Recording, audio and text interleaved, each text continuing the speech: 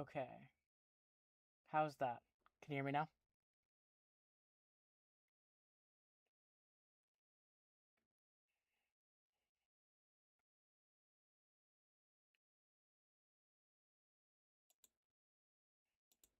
Is that better?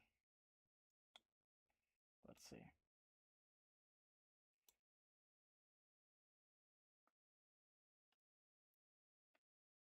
Audio says it's right there. Can you guys hear me now?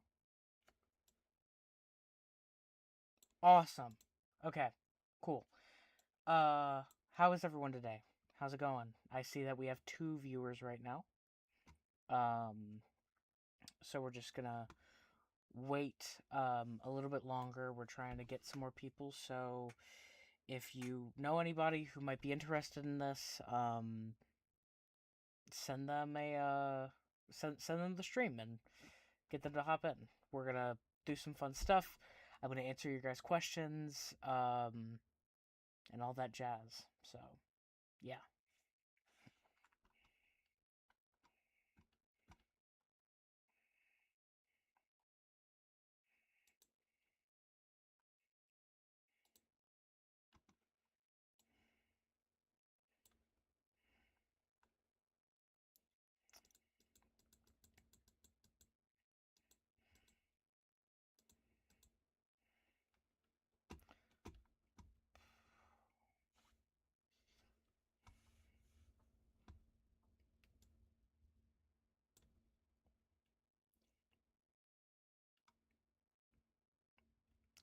How's my camera? Is it too pixely? Is it good? Looks fine to me on OBS, but I know that every monitor is different.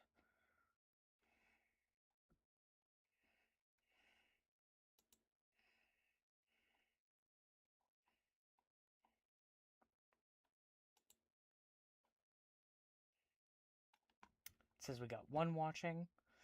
Um, so yeah. Uh, let's say we get some. Awesome, thanks. Okay, so what we're gonna do while we wait is I'm going to pull up the premiere.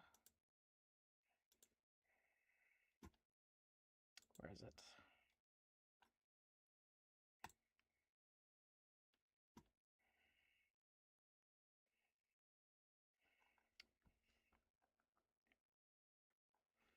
All right.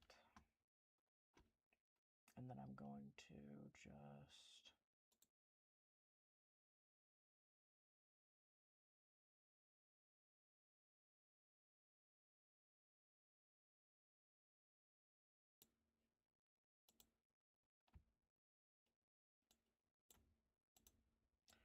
You should hear me. Then we're going to go to display capture.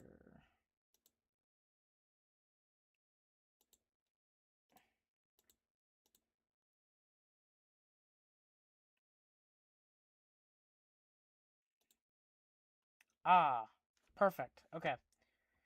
So we're going to do that. Then we're also going to throw in me. Video capture. Aha. Okay. Perfect. Perfect. Perfect. Let's...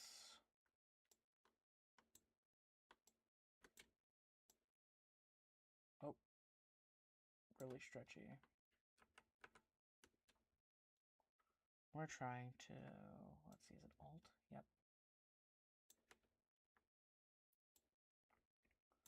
We're going to put me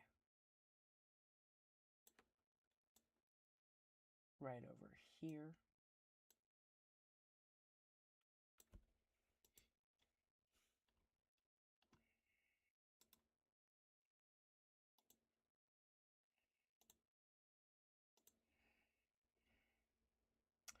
So, how, let's see, how are we going to start this? let's go to...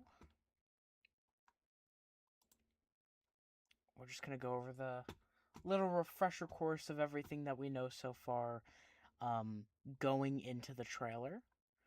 And yeah.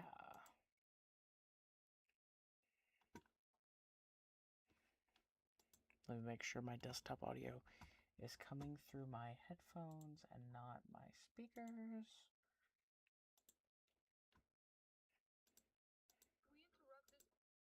Perfect. Now let's bring that down a little bit. I'm not echoey to anybody, am I? Am I echoing?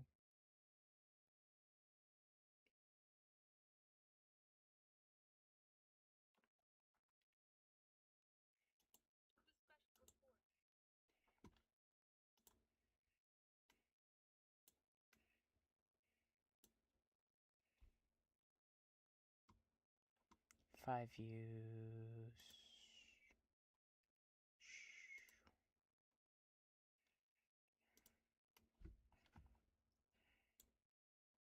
I'm gonna throw up over here. I sound great? Awesome. Okie dokie. What we're gonna do, I want to keep eyes on the stream.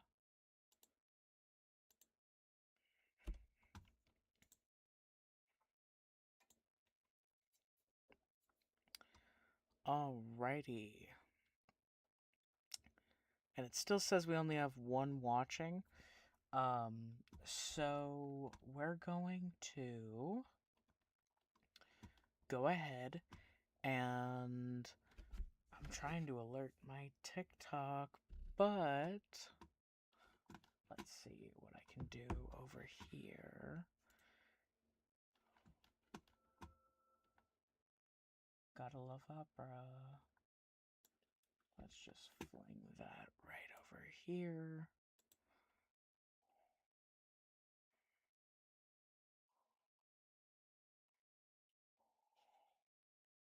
We're going to make a quick post that we are live right now. If I can do that from Opera. Yep. Okay. Photos. Select. Show all files.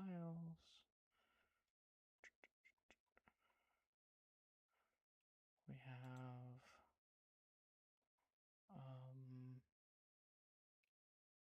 we're gonna send this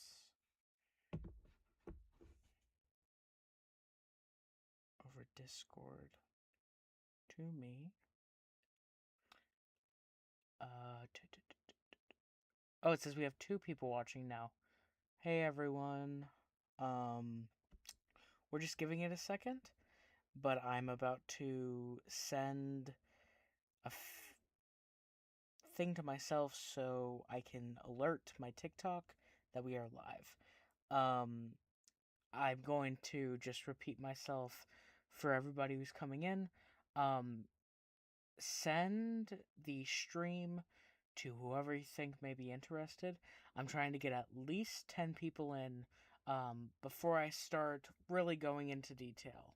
I am going to throw on some background music for you guys.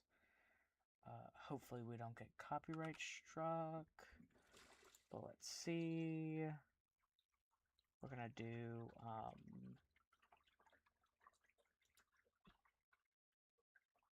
let's do lo-fi. Just to throw in the background for now, so you guys aren't bored. Also, we can test the audio. How is that for everybody? Can you hear that? And how is it compared to me? Is the next important thing.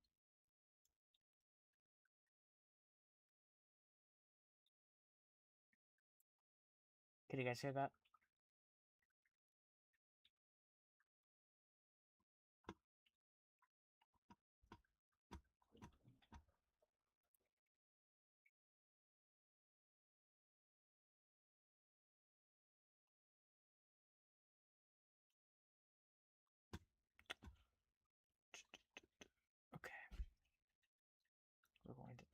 me this picture.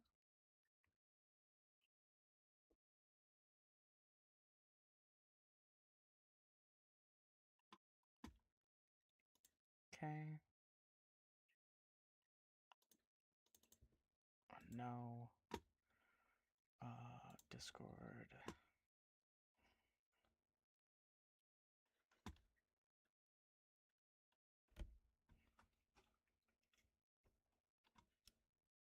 The music should help.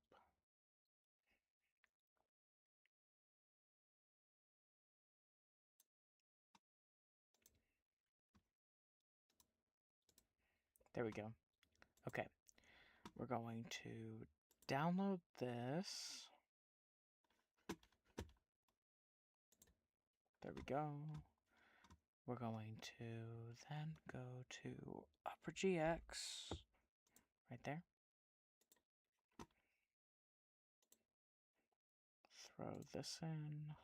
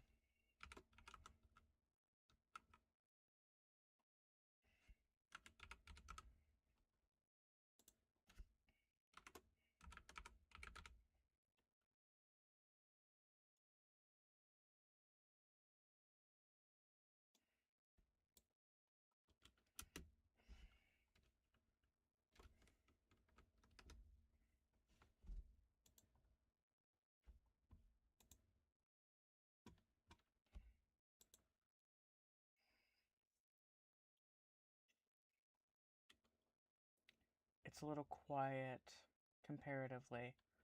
I am, or the music?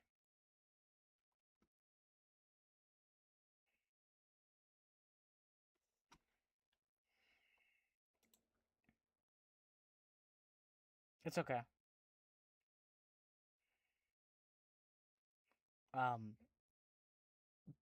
But the music is, or I am?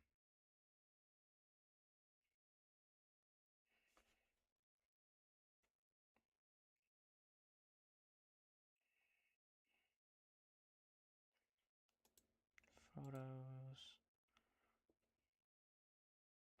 I didn't hear any music. Okay. Then let me bring that up. How's that? Oh, wait. That might be why. No, my desktop audio is on. Strange. Okay, hold on a second. I see what the problem might be. We're going to do audio capture.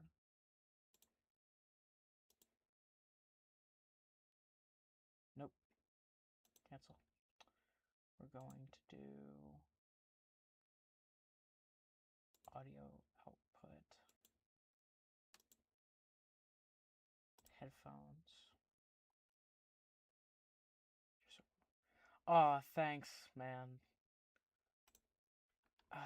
Alright. Bringing down the volume a little bit. Can you guys hear the music now? Oh. There we go. How's that?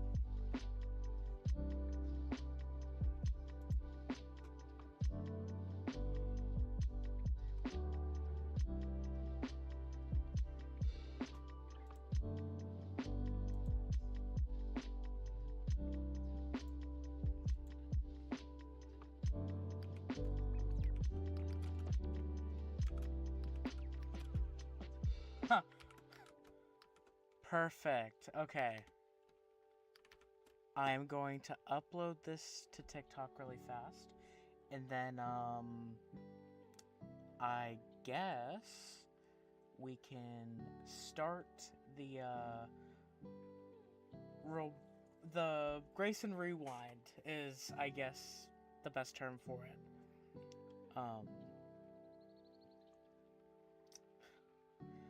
Perfect. Okay. So, let's see.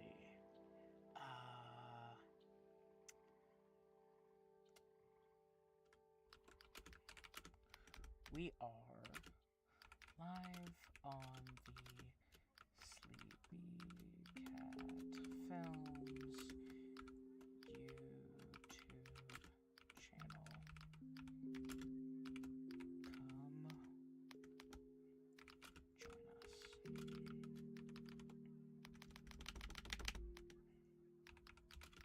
join us.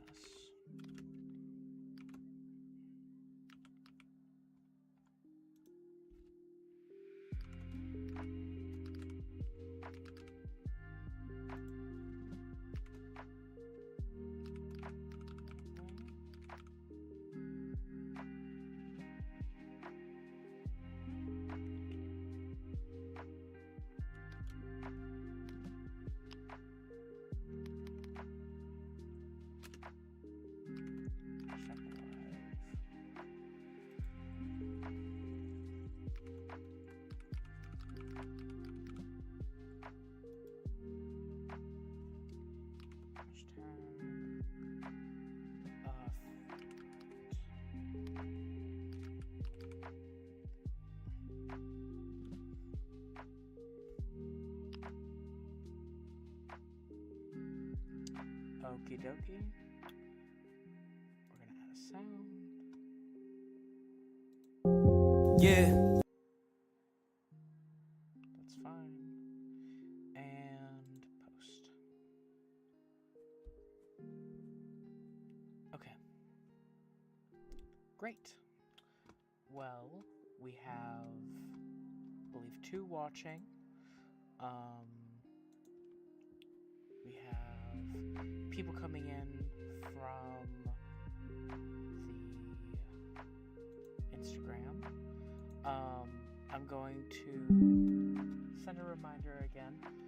Just if there's anybody who would be interested in watching this, send them the live stream link, and once we get about 10 people in, we're gonna go ahead and get started.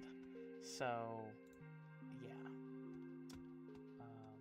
I'm going to actually do that myself.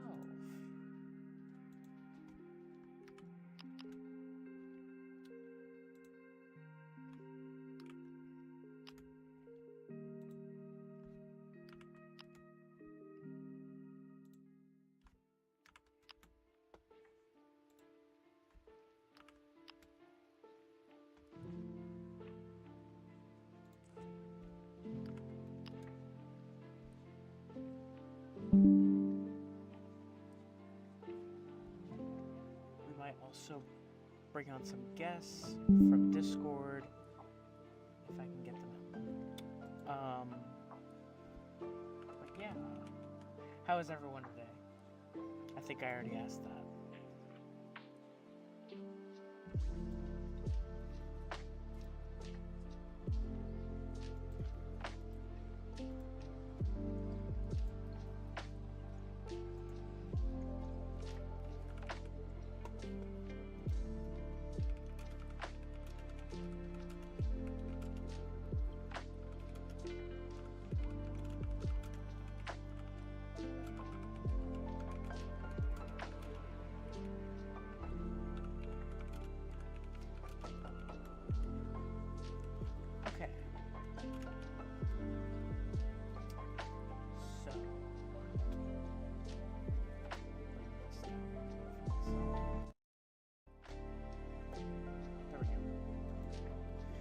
Okay.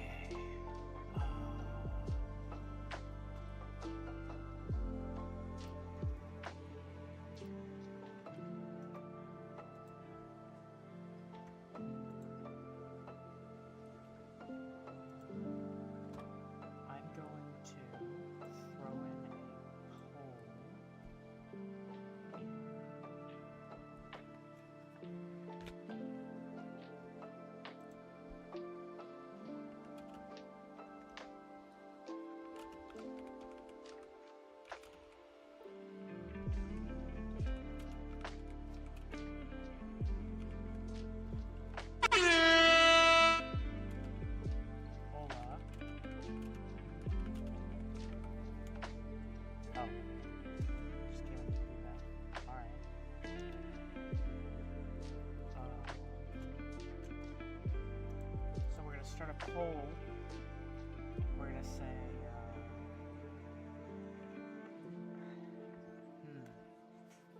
trying to get some audience engagement. Let's see. Have you seen the...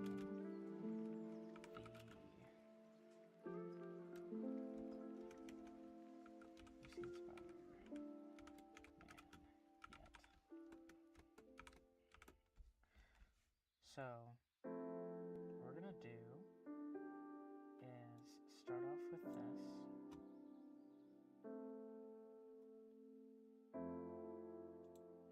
Spider-Man comes out, well, I know several people who have already seen it, so if I can get it sent out.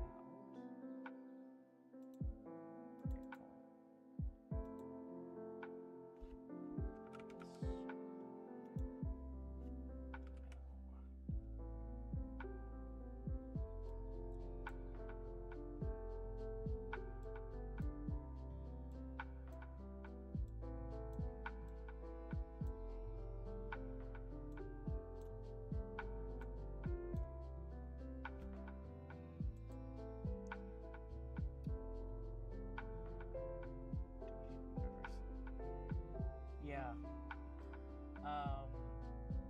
It's been a really crazy week with Grayson stuff.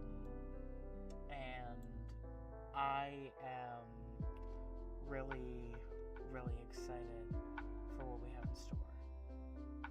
Awesome. Okay. So we are going to officially watch the trailer at midnight when it releases on the channel, but I'm trying to get a few people in the chat. So once we get a few people in, then we're gonna hit the ground running and do a ton of stuff. Some games, we're gonna do a Q&A, we're gonna do reactions to the recap of where we are with Grayson so far. So, if you want to watch all that, then stay tuned. We are going to get started very shortly, just as soon as we get some people on. Okie dokie. Let's bring this over here.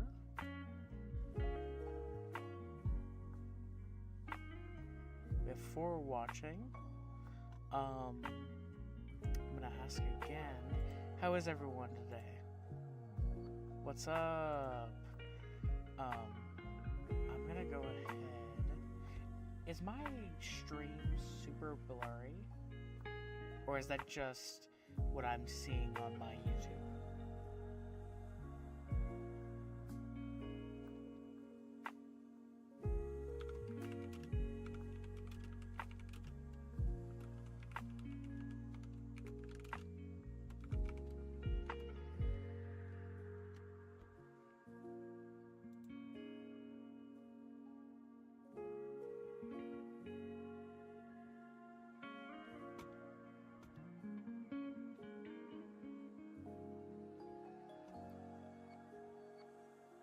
It's a little blurry. Okay, cool.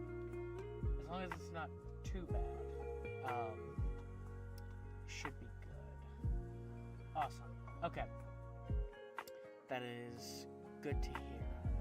I believe we have, it says 7 people watching. Wow. Hi everyone. Thanks for coming. This has been the longest road of any project. So I'm so happy that you guys are excited, and yeah. As I said earlier, for those who are coming in, excuse me, send out. Are you able to?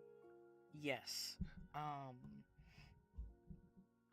not on OBS, but that should help a little bit. How's that? Is that better?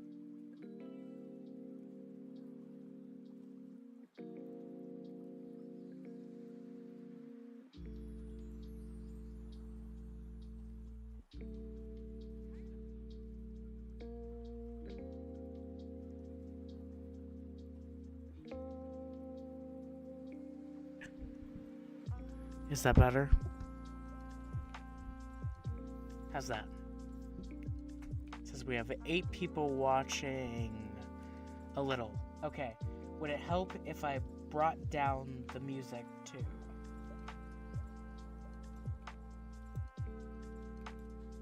Or maybe, let's see.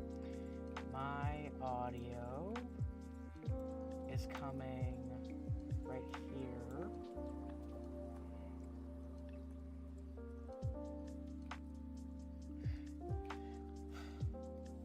Very much.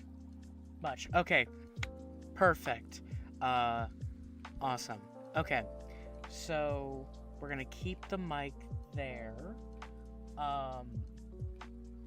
And let's see. We have 6 watching. We lost some. It's okay. For those who are staying, dope. If we could, again, just trying to get at least 10 viewers in, so we can get started on this road to the Grayson trailer. I sent it out on Instagram, TikTok, and here we are on YouTube. So, yeah, let's just try to get some people in and start down the road.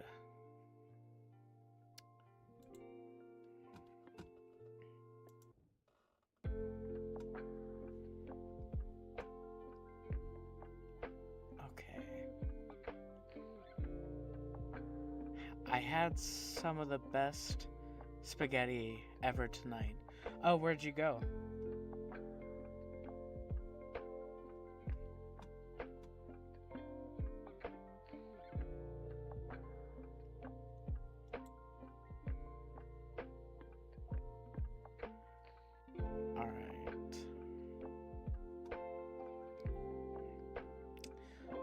We have 7 viewers watching. New viewer.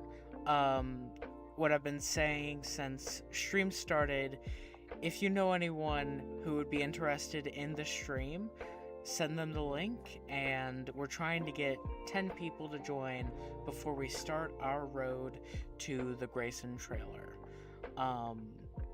Also, hi, how are you? I hope you're doing well. Alright. Let's see. I went to my parents' house, my stepdad. Nice. Yeah, I am not a fan of normal spaghetti, but I have found it becomes most tolerable for me when it has a ton of cheese in it. Which sounds strange, but it kind of becomes almost like Big Ziti. It's fantastic. Okay, we have 8 viewers. Awesome. We're just trying to get to 10, so if you guys can stick around, we can start asking questions if you want. But yeah, we're going to officially start the road down to the Grayson trailer as soon as we get 10 viewers in chat. But yeah, hope everyone's doing well.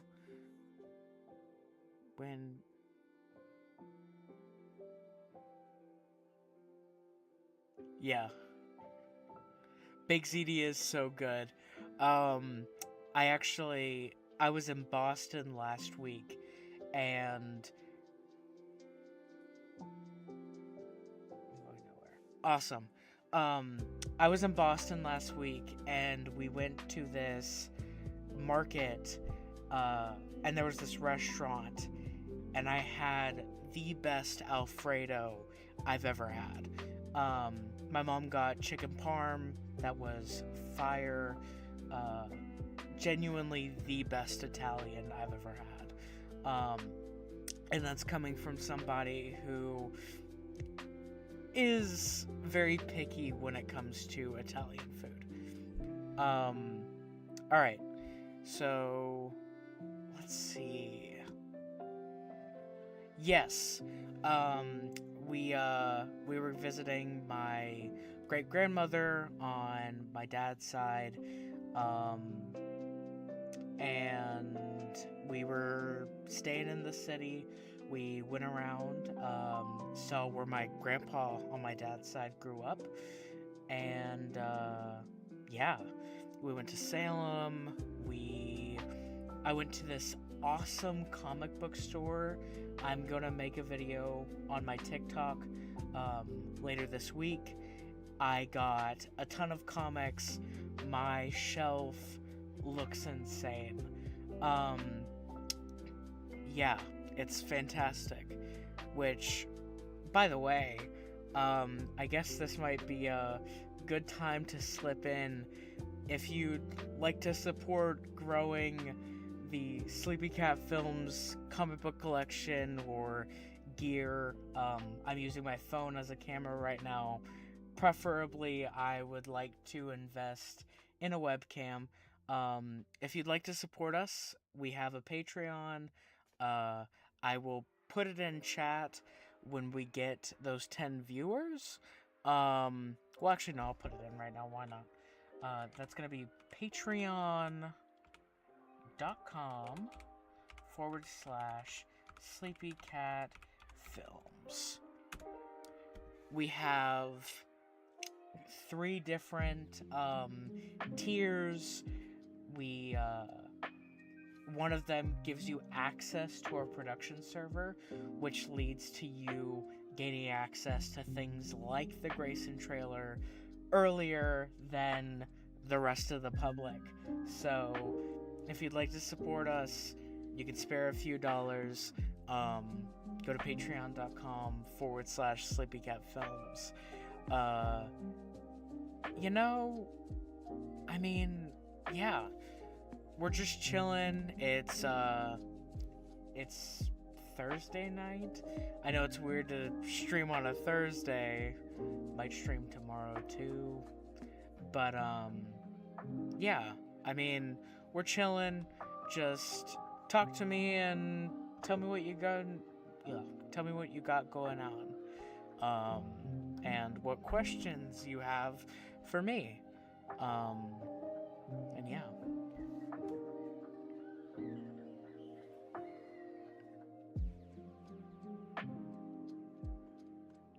This lo-fi is like low-key just raising the mood of the stream, I feel like.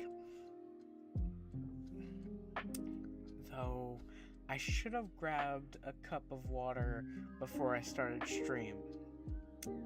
So I might do that while we have the limited amount of people we do. But I would like to get some co-hosts on the Sleepy Cat Film server. I am also very excited for you guys to see it. Yeah.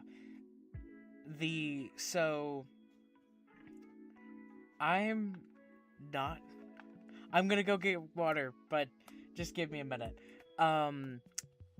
So the trailer, to hype it up a little bit more, what makes the Grayson trailer so special and something really important to think about is this is a production that has been in development for 3 years. It has gone through probably about 5 or 6 different rewrites, 3 different Nightwing actors, and a partridge in a pear tree. I mean, it's literally the endless list, but the crew and cast that we've put together with this most recent version of the show is just phenomenal. And yeah, I couldn't ask for more talented people, to be honest. But yeah, I'm gonna go get some water real quick. You guys entertain yourselves, and I will be back in just a moment.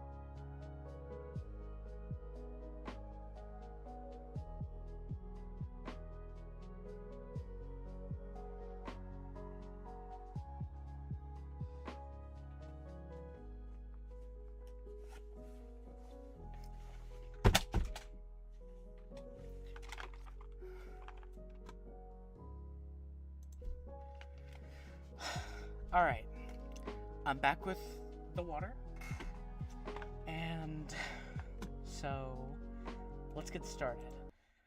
Excited for the trailer. It's okay, no worries. It means more, I guess, watching it live with everyone else in a way. So we have 13 people watching, which means we're going to get started.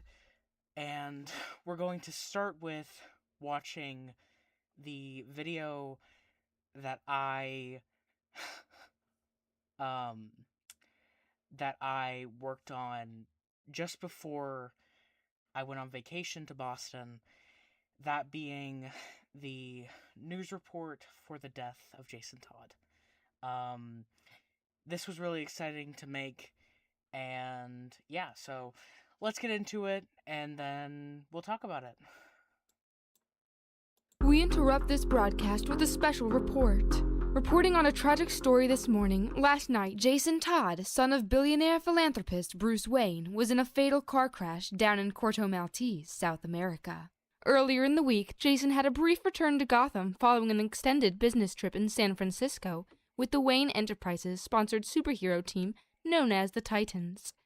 There isn't much we can say as of now to the details of Todd's activities leading up to the accident. What we do have is a running theory as to the cause of the accident from Officer Judd Martinez, one of the officers called out to the scene.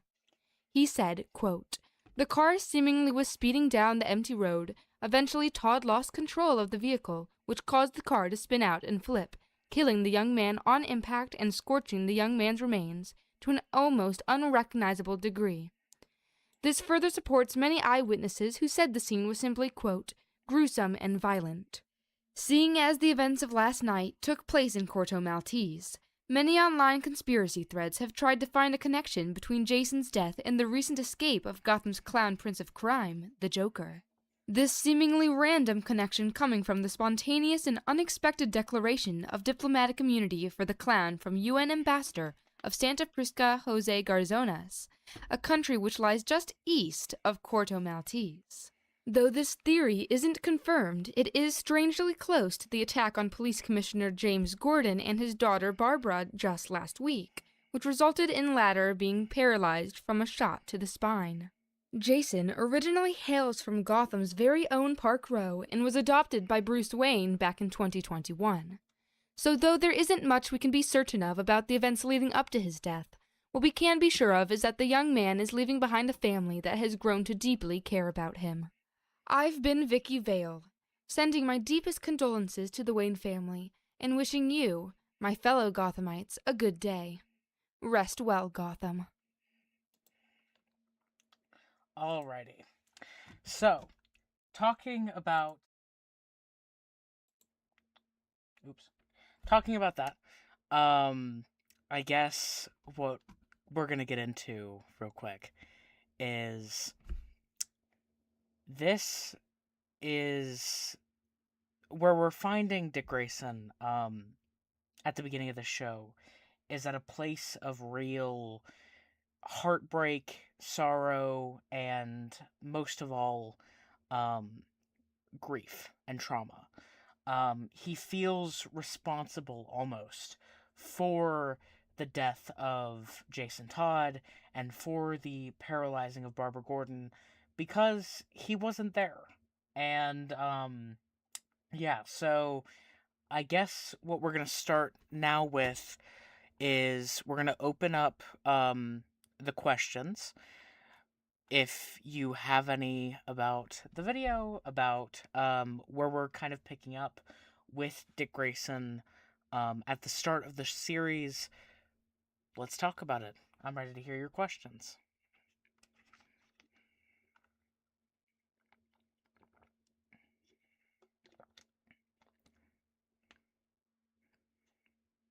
He is what?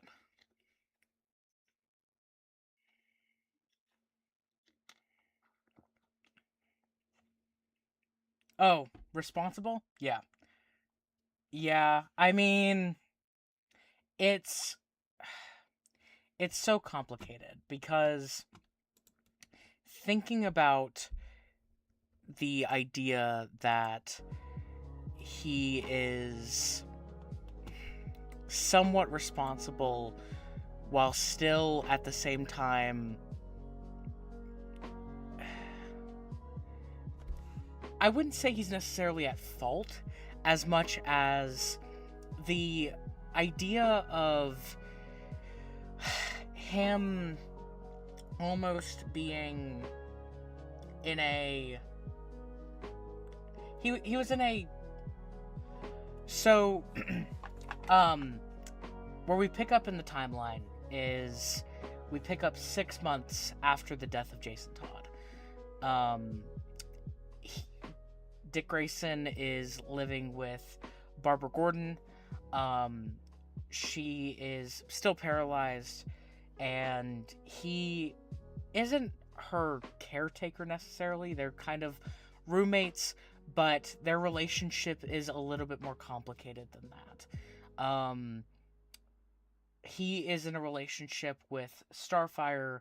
He was with the Titans when all of this happened, and he was forced into a situation of having to move back across the country to be at Jason's funeral. To be at Jason's funeral and to kind of just take care of his family. So where we're picking up in the timeline is we're finding Dick Grayson at the most troubled point of his life. He is at his lowest, seemingly, and he is in the darkest place ever for himself. And that's kind of what the series is about, is him growing through that pain and growing into the best possible version of himself. So yeah, great question.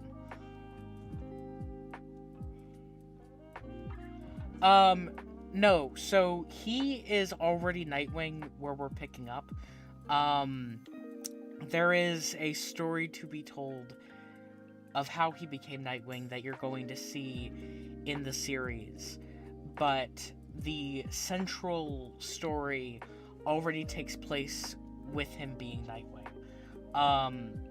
And really is, again, more about him learning to face the trauma that he has been pushing aside and blaming on himself.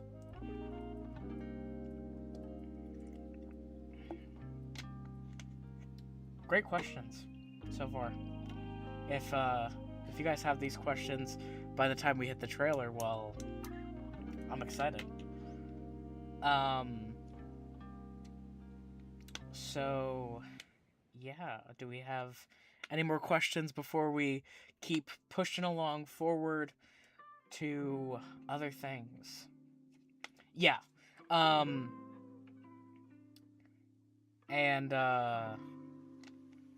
I'm trying to think what else I can say, really. There is a heavy emphasis on the characters all having, like, shielding their trauma and their problems and kind of being forced to confront them. Oh, we have somebody who is joining us on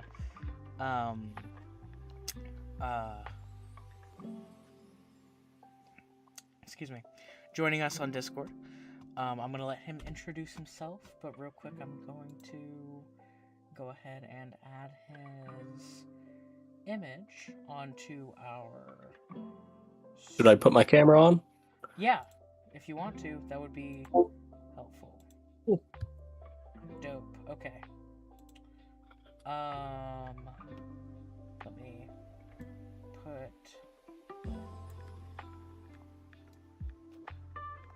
I'm a little foggy. Hold on, sorry. Give me a moment. I will read your comment in a second, Bella.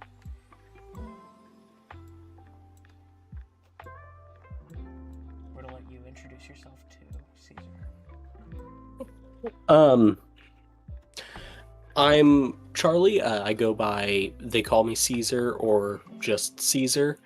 I'm working on editing for this Grayson project we've got here. I'm also production director at KRU Radio, UMKC's own student radio station. I joined this project very well late into its development, but I'm excited to help out to get it to the rest of you guys. And we're very happy to have you. So, hold on, I'm going to answer Bella's question real quick, and then I suppose we will keep marching forward. Yeah, but thanks for coming. Alright, so we have the question from Bella. I'm a little foggy.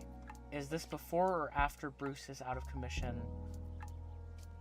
for a time? This is before. In fact, not to go too much into detail for further plans, but as it stands, Bruce is not doing well either. Famously, the guy who has issues with his parents dying, even, 25 years after their death, and holding on to it. The shocking murder of his son really springs us into a deep emotional state with Bruce. Not to go too much into detail. Um, but yeah, since we have 9 people watching, um, so just as a reminder, if anybody's new in chat, um, hi, I'm Logan. If you are not subscribed to the Sleepy Cat Films family, highly recommend you do so. We have some great stuff happening here, including the Grayson trailer that we're going to be watching all together at midnight. Um, so yeah. Um, and if you are also new and you know anybody who may be interested in watching the stream, um, then send them the link to the stream. We are open to questions and guests and all that. And yeah, Charlie, do you want to tell them a little bit about kind of what you're specifically doing? Because I know we have a staff of editors. Yes, and I'm just going to take a quick second to remind myself what my title is. Yeah, I joined, what was it, last week that I officially joined you guys? I think it was last week you officially joined our team. Yeah, so I am fresh blood, as it were, and I'm working on video editing in particular, which I don't fully know what that entails yet, but as I understand, there are a lot of live action elements to this project. I bring plenty of experience from other roles like this. Why did I bring that up? Where was I going with this? Yeah, I mean, why this is namely an audio drama, right? But it's my part to at least assist with creating that visual element that is required when releasing anything to YouTube. And I understand working in radio and podcasting how hard that can get. I recently produced a show for the college radio station, this guy's podcast that I help out with sometimes, and the visual element for that was just a single photo of the host and his guests. So I'll be very glad to see what else other than one photo has been put together and how that might help you guys fully appreciate this story as it turns out, because I've been listening in on a lot of this and I've been looking at what's been released so far, and it seems very well done, and I think you guys are going to have a blast listening to it. I mean, one of the things that I'm most excited about for people to see is this is definitely an audio drama, and it's designed so that the viewer can listen in whether they're driving in a car or watch the series on their TV. And so the flexibility and middle ground of that is we have a set of live action cosplay models showing the cosplay community that I originate from on TikTok and such a little bit of love. And we have gathered a few. We're still getting a bunch of different cosplayers to join in. And yeah, what our live action elements are supposed to do is amplify the story. So if there is a element that is more difficult to visualize in the brain, you have a visual element to watch along with. And I think that the trailer, when we watch it, is going to really reflect that concept. Yeah. I think that is the coolest part of how you've been putting this project together. The cosplay element, right? Showing that community a lot of love. Something that's often been viewed as just to be done at the cons, and to really showcase the creative talent of cosplayers. I think it was a great decision here. I really appreciate that. I am very sad that we couldn't have one of them join us today, but specifically shouting out Soul, our Barbara Gordon, and Starfire, who, when you watch the trailer, I really don't think there's going to be you're going to be able to tell that they are the same person. And yeah. Do we have any other questions from the chat before we go on to our next rerun? Maybe not. Come on, y'all gotta give us something. Come on, guys. There's enough of you.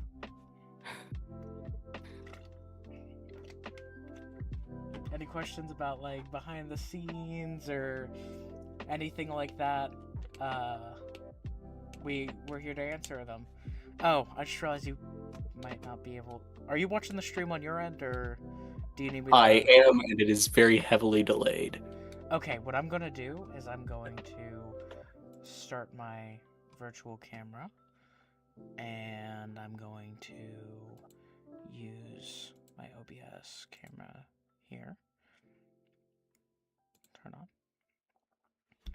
Okay, how's that? Let's see here. Oh yeah, that's great. I just saw somebody here has a really cool question about the Titans and how Grayson plays into that. Let's see.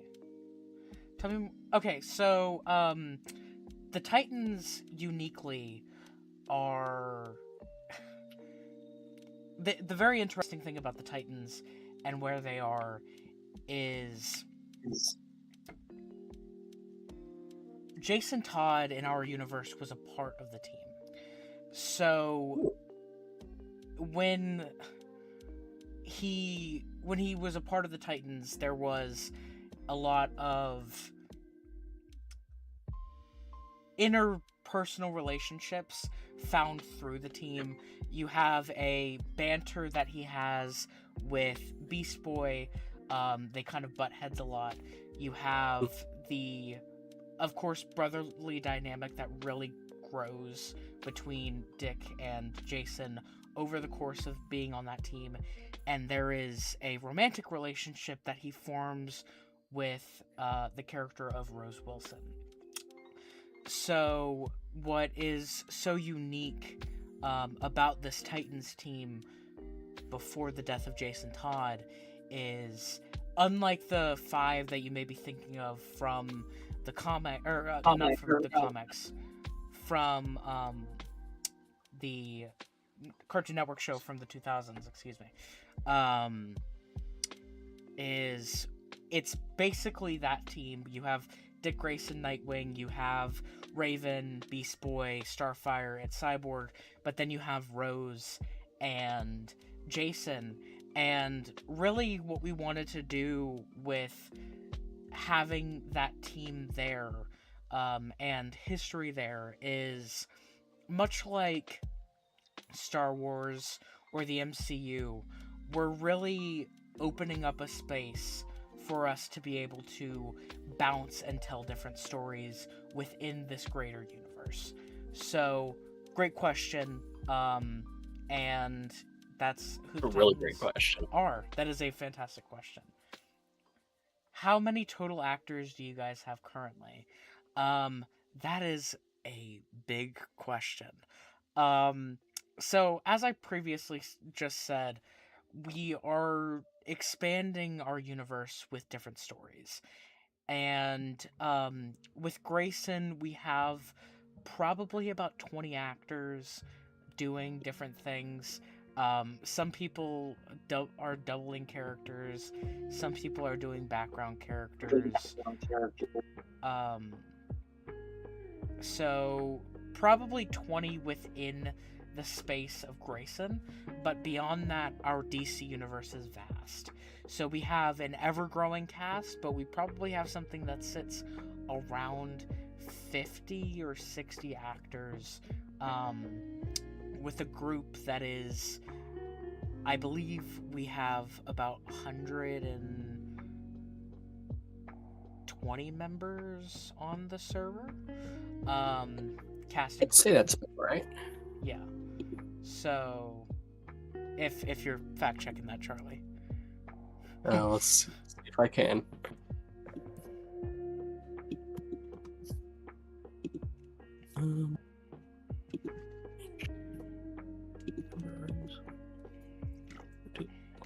I'm bad at math, but I'd say that's about right. All right. A lot of people in. Awesome.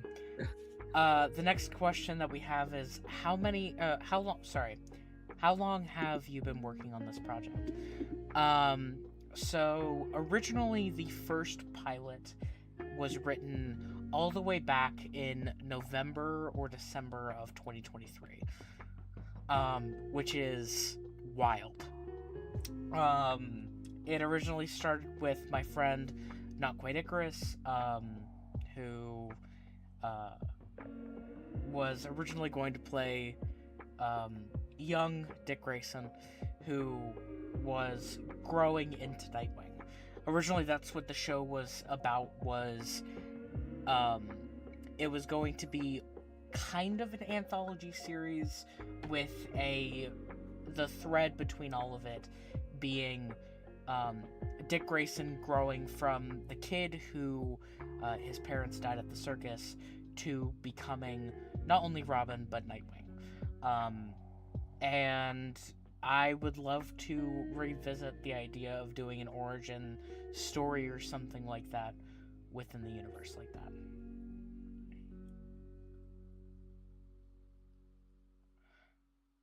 Y'all need more cosplayers for any projects. I got a 2022 Riddler cosplay, sorry. We do need more cosplayers. There is a list of characters that I'm going to officially be putting out on TikTok going into next week. And yeah, so stay tuned for that. And yeah. So I guess we're going to go on to our next video. What we're going to be watching is... Oh. More questions. Great. Okay. Man, they keep coming in now. This is what I wanted. Because we don't have a ton of videos before the trailer to watch, so I think. When you say you're showing this trailer at midnight, do you mean midnight Central Standard Time or Eastern Standard Time? So if you're Central, then it'll be in an hour. About an hour. Yeah. Okay.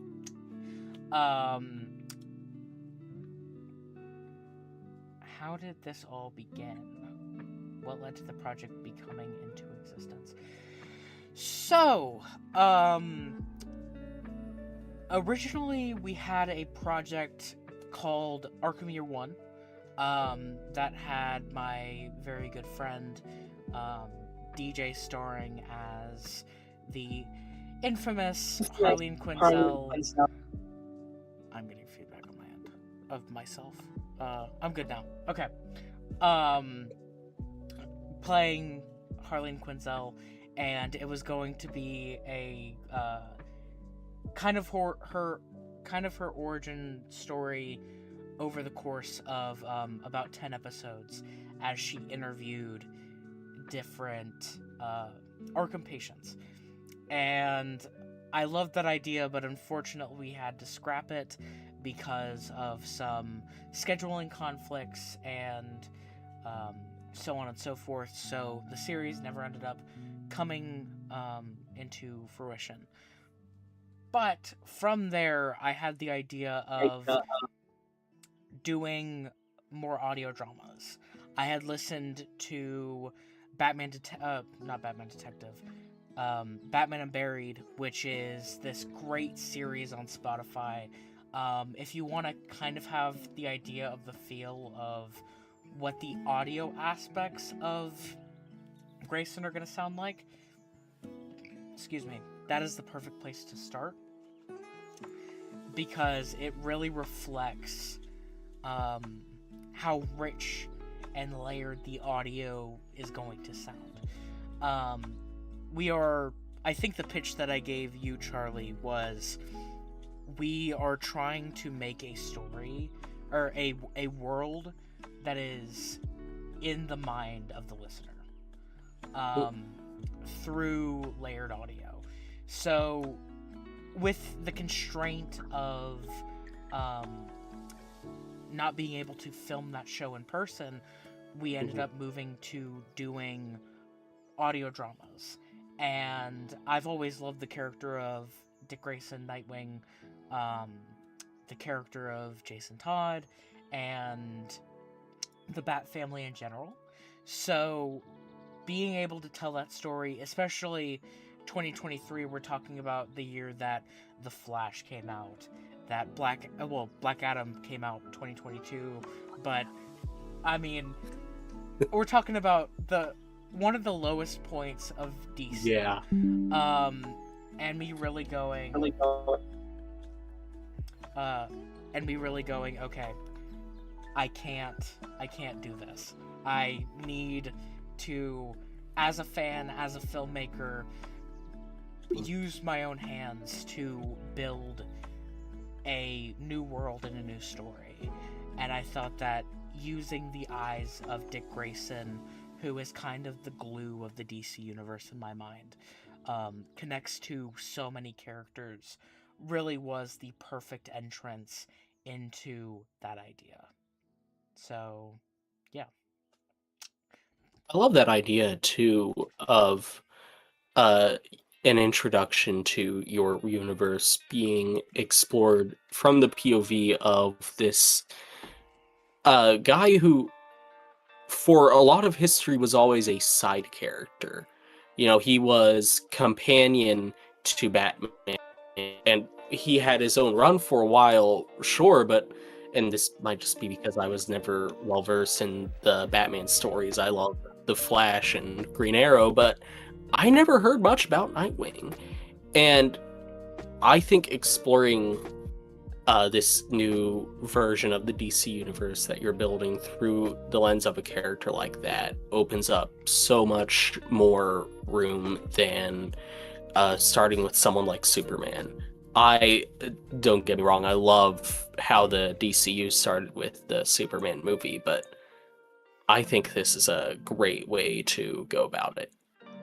Well, especially since, I mean, thinking about the DCU right now, and what James Gunn and all of them are doing with starting in a place of a universe that is already existing, not like Man of Steel, where it's like, oh, this is the beginning of, metahumans and so forth.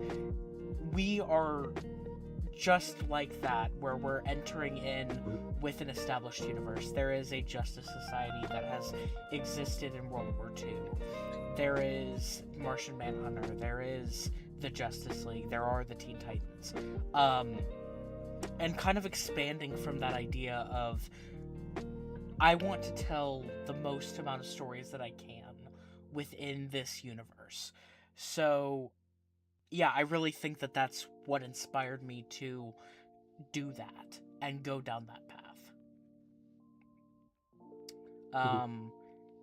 Well, what we're going to watch next is this video. It's very short, very quick. It is what's next. It's kind of just a very quick announcement video that I made a few weeks ago. And it gives a little bit of a teaser to the characters of Dick Grayson and Jason Todd, and a scene that's between them. The highly anticipated SleepyCatFilms Fanseries Grayson is only a few months away.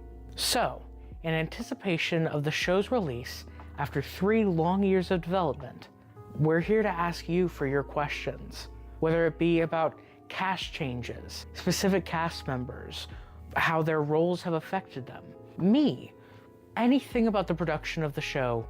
We are here to answer them. I'm currently working on developing a promo tour for the next few months leading up to the release of the show. We're talking short trailers, we're talking about long trailers, we're talking about interviews with the cast, podcasts, all of it. Sleepy Cat Films will be the home for everything Grayson in the upcoming months. But we need your questions. So, leave all your questions in the comments. Whatever it is, we are here to answer it. Other than that, maybe you guys would like a little sneak peek into what we have in store for you. What are you brooding out here for? I'm not brooding. I'm just, enjoying the view. It's a nice night. Well, the party's happening in there, eh, Gramps? Hey, I'm not that old. Then stop acting like it. Now come inside, it's fucking freezing out here. That's just a small bit of what our show has in store for you. To be honest, Grayson is one of the greatest projects I've ever worked on, if not the greatest. It is the most collaborative experience I've ever had, with the most people, and a very talented group at that. So, as always, thanks for watching. And if you enjoyed the video, don't forget to like and subscribe, or follow if you're on Instagram or TikTok. Alright, thanks guys. Okay.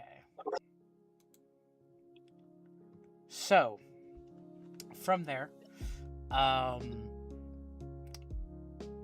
again, leave all the questions you continue to have in our live chat here, or if you're watching this on VOD later, thank you, first of all. But second of all, if you could also leave your questions in the comments there. But yeah, talking about the relationship between Dick Grayson and Jason Todd in our universe. In the comics, they don't really get to have a lot of time together before his death.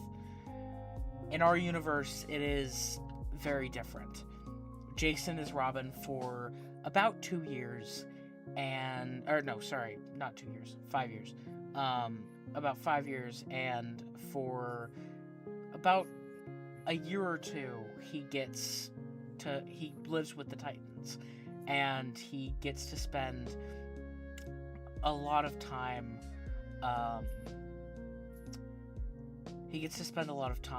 with Dick. So their relationship and their dynamic is, at its core, something that affects Dick in such a way where he, not to spoil anything, but the littlest things remind him of his brother. And so we kind of, every episode has a little bit of that dynamic spread. And we get to feel and sit with what Dick is feeling as he grieves the death of his brother. So, yeah. Let's see. We have a question in the chat. Is there a villain in the film? So, not to be nitpicky, it is a series, though. This is going to be 8 episodes. But hold on. I will answer that second question in a moment.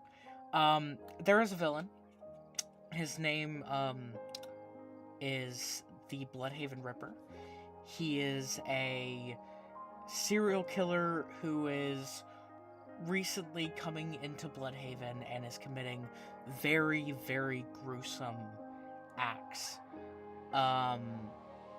And so what we're dealing with from the perspective of Dick Grayson with this villain is how much inner turmoil there is with him as a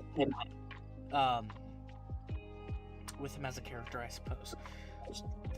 So yeah, I guess if that answers your question. Also, yes, Dick Grayson and Jason Todd are brothers through being both adopted by Bruce Wayne. And there's actually a really sweet moment in one of the episodes where you're going to see the moment that torch gets passed from Dick to Jason. And the emotions that come behind that. So, yeah. So is Bloodhaven Ripper an original character created for this? He is not. The name is original, but there is a identity to the Bloodhaven Ripper that is an actual character in the comics and has a very personal connection to our characters. That's all. Good question. Nudge.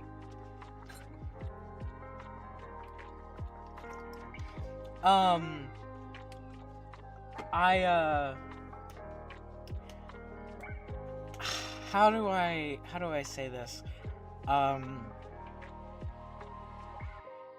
The character that he's based on is also the identity of the character is an actual character, and who he's based on is a serial killer, but we changed a lot from his backstory and his method of murder to really be something different and more gut-wrenching in the show than arguably it is in the comics.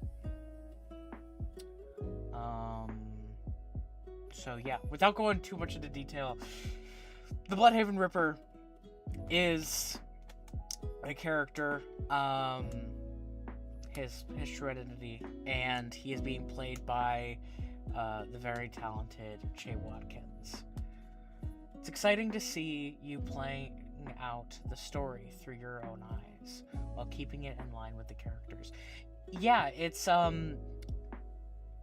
adaptations are really one of those interesting things where you have to kind of find a balance between, I guess, dealing with hold on a second. We're gonna move this over here, and we're going to shrink this down. There we go. Okay. No, adaptations are one of those interesting things where you are kind of trying to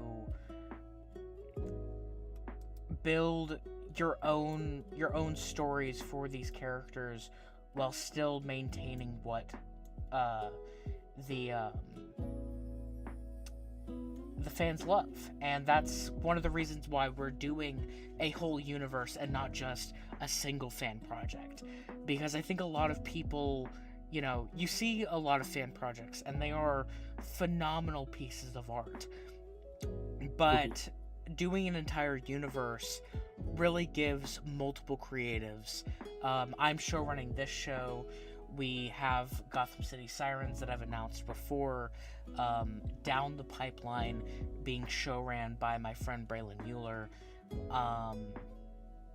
and a lot of other projects being showran by a lot of other people, and it really gives us a chance to show just the creativity that the fans have within their own hands and their own heads. And that's kind of one of the lenses I wanted to come from with these magical stories.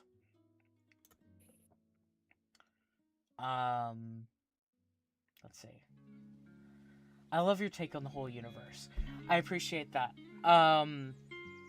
Yeah, it's one of those strange things when it comes to the lens of looking at what Sleepy Cat Films has been able to build so far with hyping up these series.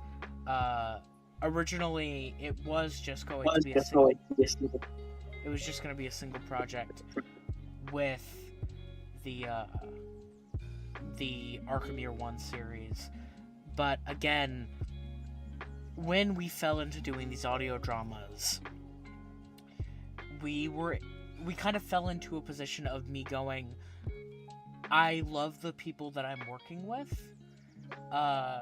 Let's grow out this universe and give the people a story that they need to hear. And so when we're greenlighting projects within this universe, one of the things that comes to our mind is, where does this affect the audience emotionally? Or how does it affect them? What's the theme that they need to hear? And so Grayson really is a coming-of-age story. And yeah. Is there any relation or likeness you have to Grayson that makes you feel so connected with the character? Or just that it's such an amazing universe that you grew to love? I think... Yeah. Do you want to say anything about that? Or... No, that's a great question. Yeah. It's a range, I think. Of course, I love the universe, the DC universe. I think a lot of people who meet me, it sounds like an obsession, and it kind of is. And it comes from the lens of, I have grown up with these characters. Justice League Unlimited is one of my favorite animated series of all time. And I love Teen Titans. And I've always loved specifically the character of Robin. But when it comes to a direct relation that I have with the character of Dick Grayson, I think one of the things that you'll see over the course of the series, and the thing that makes me so connected and passionate about the character, is he fights to be the light. Even in a place where it feels like there's endless darkness. Dick Grayson is a character who wants to be the support of all the people around him. And you have characters like, Superman, who give a similar symbol and kind of vibe.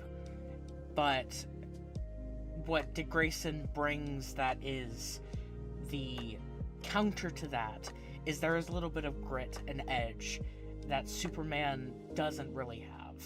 And I think that's what makes his character so... What makes me connect to the character so much is, I try to bring that. And I think that's what superheroes in general, why they mean so much to me, is just the idea of, even in the darkest moments, there will always be light. I love that take, too, connecting to that Superman point. He is absolutely such a larger-than-life figure. And this connects to a lot of hero stories we've had going as far back as the Epic of Gilgamesh. But for every Superman, you know, you do need somebody else to represent that more down-to-earth, actually surviving day to day instead of just being that perfect representation of hope and optimism.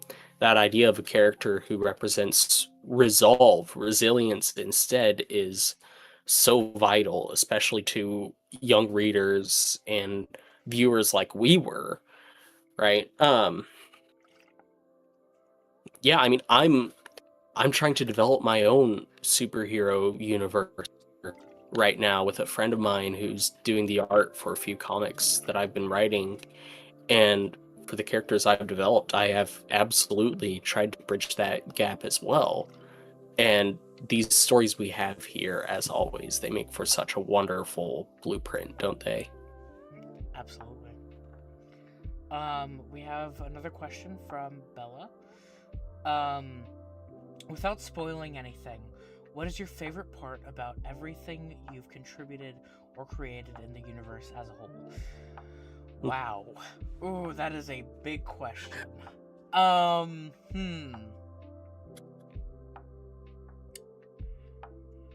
I think my favorite thing that I've contributed is... Oh, man. By the way, 30 minutes until the trailer.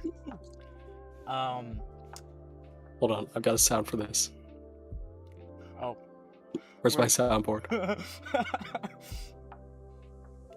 Fire. There we go. My favorite thing that I've contributed, I think, to the universe so far, other than just saying this show as a whole, is I think when you guys listen to the series, one of the things that are really going to stick out is the casting. And I can't take all the credit. I have a team, Rox Roman, who unfortunately wasn't able to make it onto the live stream today, but really helped with the formation of this series as we know it. So Rox comes to mind immediately. But like the entire cast is phenomenal, and their roles feel so specific to them. We have Taylor Emerson, who I interviewed with Bri Wimberly on the SleepyCatFilms official podcast, who plays the Batman, and he talked about how he prefers games, like, completely unrelated. We were talking about gaming, and he said he prefers games where there's a choice about whether you can kill or not, and how he likes to avoid that. And I was like, that is the most Batman thing I've ever heard. We have Chris, who plays Superman. We have Brandon, who plays Nightwing and has really played a heavy hand into the most recent rewrites of the series, and has really helped usher in the new lens that we're going into with this universe. You have people like Kat Jones, who plays the Joker, who is so talented, and even though it sounds almost like they're doing an impression of Mark Hamill, there's still a sense of nuance that's to it that doesn't just sound like an impression. And I think that's the... So I think that's the best part of the series, is just the cast that we've built with everything. So you really have quite a few DC characters in the series. Yeah, we have a large cast. that has expanded our universe so we can kind of spring off into different aspects of the universe. Not giving too much context, but you're going to see Superman, you're going to see Batman, you're going to see a few Green Lanterns, you're going to see the Teen Titans, and yeah, this is a series that is still very much about Dick Grayson, but has characters who don't just show up in cameos, but have an actual stake in the story and have affected the character of Dick Grayson that push him into being the character that we know and love. And I think that's what I was trying to get I think that's what I was trying to get towards earlier. I think that's what I was trying to get towards earlier was the story that we're telling. Sure, Dick Grayson is literally Nightwing. But he's not yet the Nightwing that we all know and love. And this show is about him overcoming the pain and the angst into becoming the Nightwing that we do know from the comics. What role will Grayson play with the Titans specifically? Well, pre-Grayson, he was the leader, so everybody kind of has a strong tie to him. But even more than that, I think really what makes the character and the relationships and the dynamics so special with the character of Dick Grayson and the Teen Titans currently is his relationship with Starfire. Where we're coming into the series now, he is in a relationship with Starfire, and they have a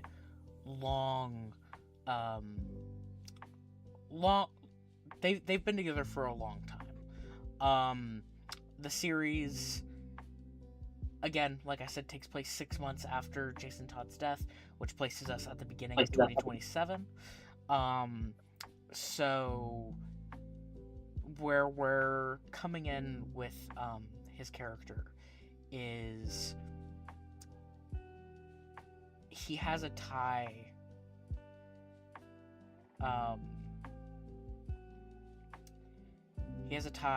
with the Titans and with Starfire that is still deep, but is almost, in a way, starting to disconnect because of the distance that he has from home, or from San Francisco, where the Titans are. And yeah, I think that's gonna be the best I can say without going too much into spoilers. Which Robin is the one in the Titans? Is it Grayson? So when Dick Grayson started the Teen Titans with a original team that we also talk about in the series, he was Robin. But the Titans is kind of the reason why he becomes Nightwing. If that's all I'm gonna say on that matter. Okay. Well, So we're 20 minutes. we are 20 minutes in. 20 minutes out, I should say, not in. So, yeah, let's see. I have it open for us to watch. When we get into it, I'm really excited. I'm really enjoying your guys' questions. Yeah. Do you have any questions, Charlie? I know that you're relatively new to the project. So new, it almost seems like a bad idea that I'm here. It does. I do want to comment more on as well how important it is to start with Nightwing for this universe and how great it is to do cameos from people like Superman, who I'm very excited to hear in this. He's one of my favorites. Because it all does put in the work, right, to make this feel like such a lived-in universe. That is such a hard thing to breach in superhero fiction, right? Especially in post-Avengers superhero media, right? Where despite these being characters known for saving people from burning buildings and cats from trees, you don't see a lot of stuff like that, you know? And I get that the point is having the hero fight the villain, but it is also so important to display for the audience very clearly that the hero and the villain are not the only people living in the world, right? And the hero's still got to do other stuff.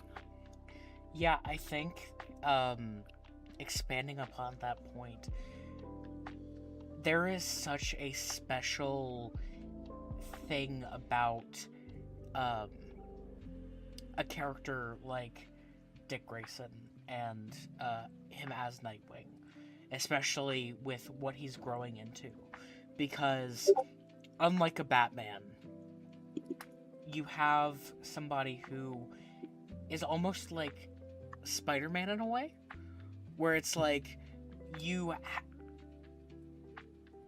have somebody who's really looking out for the little guy, and I think that that's what makes him so easy to write in a way.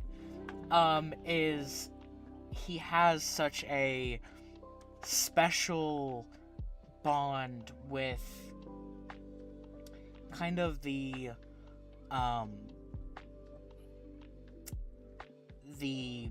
people of Bloodhaven, where he is in our series, through his profession,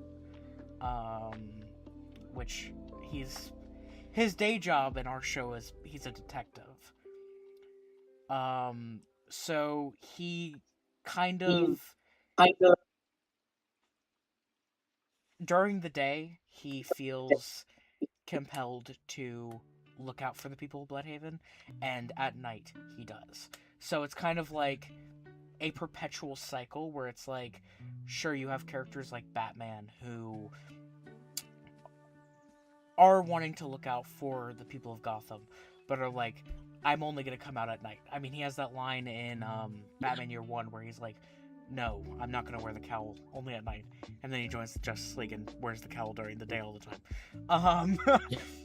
But I remember watching Arrow, and he had a similar line in that, where it was during the day, he's chasing after some guy, and his friend tells him to put on the hood, and he's just like, it's the middle of the day, Dig.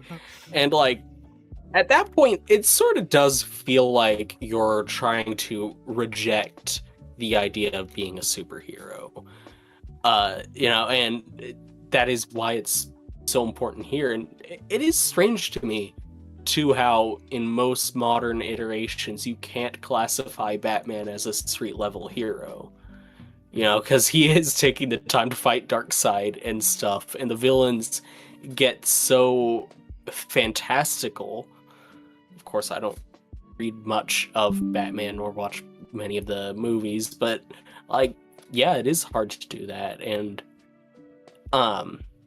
that is why it matters to have a character like Nightwing as well, to showcase the less fantastical side of this crazy, crazy world that's been developed over some 60 years or so. Absolutely. Closer to 70. So Ignorance Bound, do Grayson and Bruce have a falling out in the series? Or is it just known? Oh. So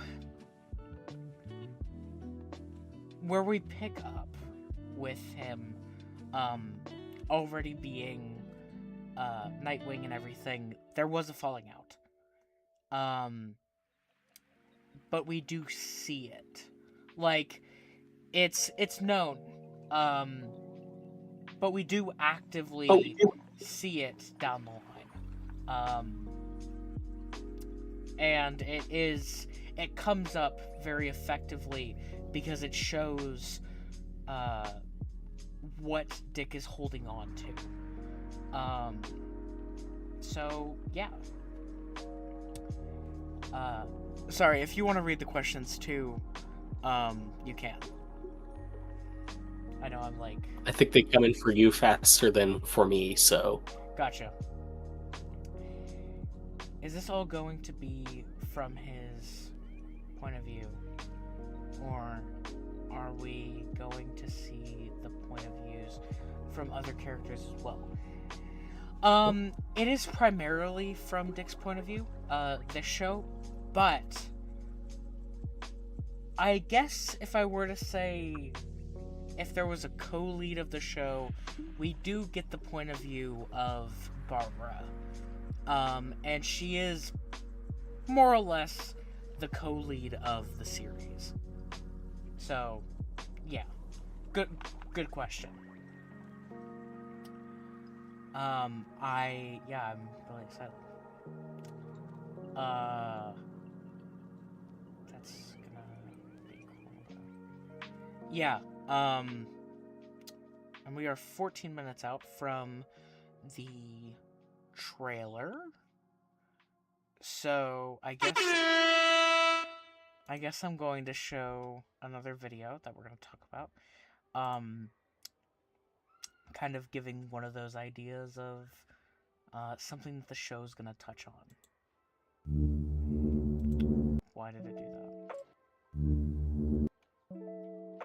that? Oh, YouTube is glitching. Oh.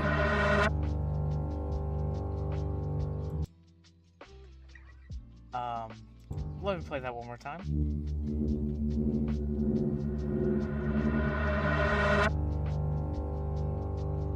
Well. So, talking about one of the most famous stories in all of comics, The Killing Joke. Yeah.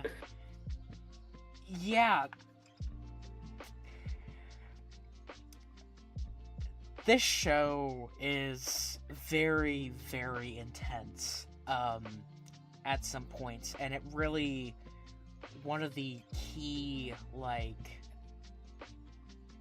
I guess, effective things that we do is tying in the trauma of Jason's death and the trauma of Barbara's paralysis, because both done by the Joker, and thus very effectively, I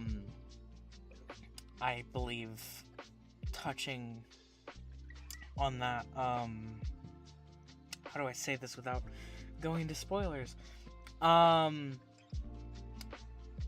You will see a lot of that, like, intense feeling and intense reference to those intense moments, I guess. Yes, Batgirl. Well, not anymore. But yeah, there's so much I want to say that I just can't. But yes, Barbara Gordon, Batgirl, you really get that emotional tie to her character, especially. Like I said, co-lead to Dick Grayson is what I would consider her, and yeah.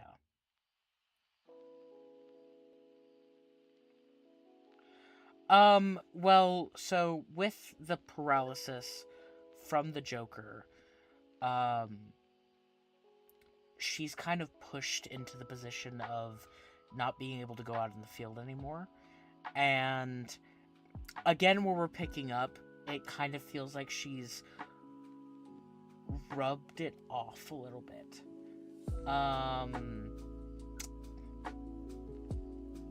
But that's not entirely true. And we'll also see a little bit of that, especially later in the season. That's the most I'm going to say about that. But where we pick up, she's Oracle. She's using Spider-Man terms from Homecoming. She is the guy in the chair. So, yeah. Will we see much of Selena? Not in this series, but going into the Gotham City Sirens and beyond that, Selena's character is very integral to the development of Bruce. And yeah, how I guess he adapts. Charlie, if you don't mind, just covering for a moment, I am going to be right back. Yeah.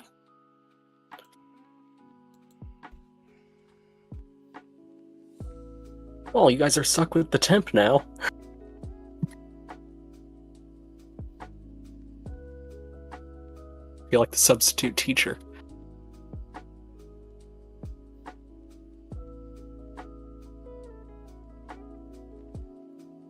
We do have 10 minutes until this trailer is finally revealed.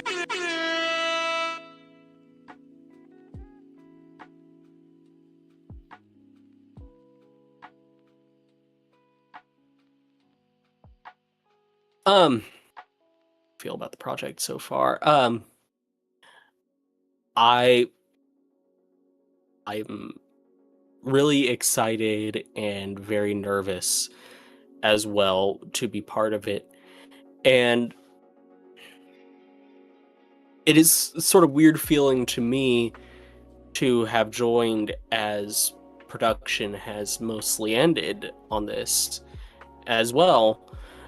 They talk about sometimes when you're learning to make documentaries. I learned about this in this last semester of college that I was in my film class. We learned about documentaries, and the thing that often happens in documentary is the guy who makes the film wasn't part of the shoot, right? A lot of the time, the director is just going to hand the editor a folder full of location audio and video and say, here, make a story out of this.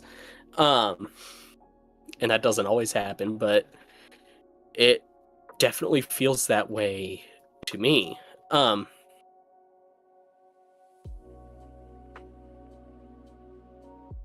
And I have always loved DC stuff as well. I was a DC kid for a while. When I started getting into movies, I sort of transitioned away to Marvel with Superman coming out and Supergirl, which I haven't seen yet. I've grown a new love for DC as well. With the Absolute Universe too. I've been reading the Absolute Universe comics and they've been great. A lot of the stuff that stands out to me with Grayson, I joined this project because I wanted to get some extra experience. I'm trying to develop my own audio drama soon, and I thought this would be really useful. But having this explore that childhood love of the DC universe and this character who I thought was so cool in Teen Titans and even Teen Titans Go, which I thought was amazing back when I was like 9 years old. That was 10 years ago, geez. I'm about to be 20. Having this series explore a character like that, I think, is such a cool angle to take. And although I'm so new to this interpretation of the stories, I am incredibly grateful to, and I really should be saying this part with Logan in the room, but I am incredibly grateful to be able to be a part of it. And yeah, it is the characters that stand out to me the most. The ability to tell a story from this angle, from this pre-existing universe, that is so cool to me. And the way they're taking this with exploring trauma with the dual lenses of Dick Grayson's trauma with the loss of Jason Todd and Barbara's trauma that happened in The Killing Joke, which the fact that they're adapting that is crazy. Excited to see how that plays out. The fact that they are doing that is something you don't really see enough in comic stories, you know, and especially when you're talking about what happened to Barbara Gordon, the way she was treated in Killing Joke. She was almost fridged, you know, the stuff that happened to her, the paralysis and the assault, happened purely for the Joker to mess with Commissioner Gordon. And that was really the only... That's not right. That was really the point that happening when that story was written, and that is fridging. But the way this is happening here, I'm very glad that we're not going to see Barbara getting fridged, and we really are going to explore that trauma through her eyes, and we'll be doing that story a lot of justice as well for once. I think that's pretty great. Well, as great as it can be when you're talking about The Killing Joke, right? Very nervous all of a sudden. Why am I nervous?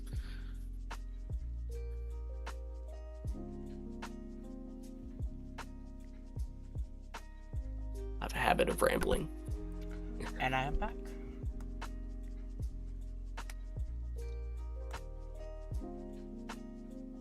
I was just talking to them about your adaptation of Barbara's trauma in The Killing Joke and how that's going to be done. Yeah. I think what makes ours so unique is in the comic. 4 minutes, yeah. I'm so excited. I'm so ready. That's the wrong one. But yeah.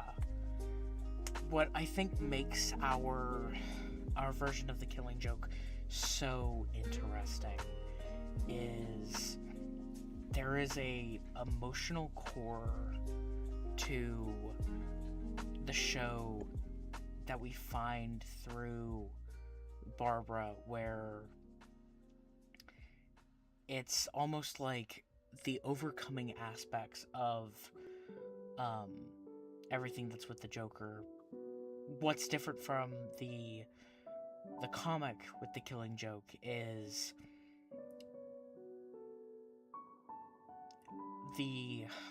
how do I put this without spoiling anything? Don't want to be like Tom Holland.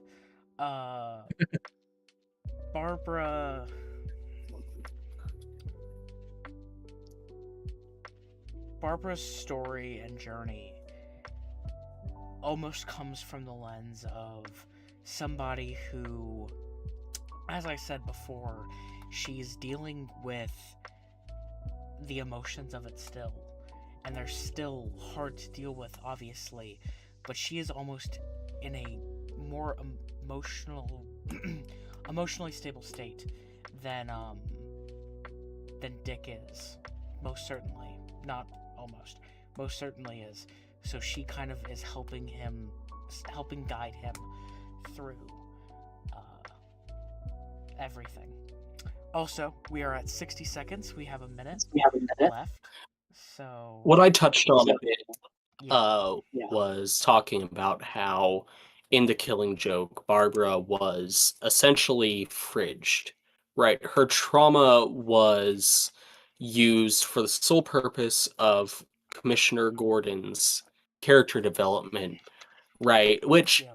that sucks. You know, that really sucks. And when you write something that horrible happening and the person it happens to isn't really treated as a factor, it does become vital to change that in your adaptation. So if you want to touch more on your intentions with that, of course, without spoiling. Absolutely. Well, I believe we can talk about it right after the trailer, which I think is going to give us Oh, yeah. a little bit more of a lens. But it is finally here. We are. It is just about to. The clock is just about to strike 12. And It's 12. yeah. Midnight arrives. I'm so ready. And still, even though you guys are watching it with us, make sure that you like the stream, and also make sure that you go over to the trailer and give it a like. We're trying to boost this through the algorithm and grow, and here we go. It's starting. The countdown is beginning with the YouTube premiere, and yeah. Are you guys ready? I have this open as well.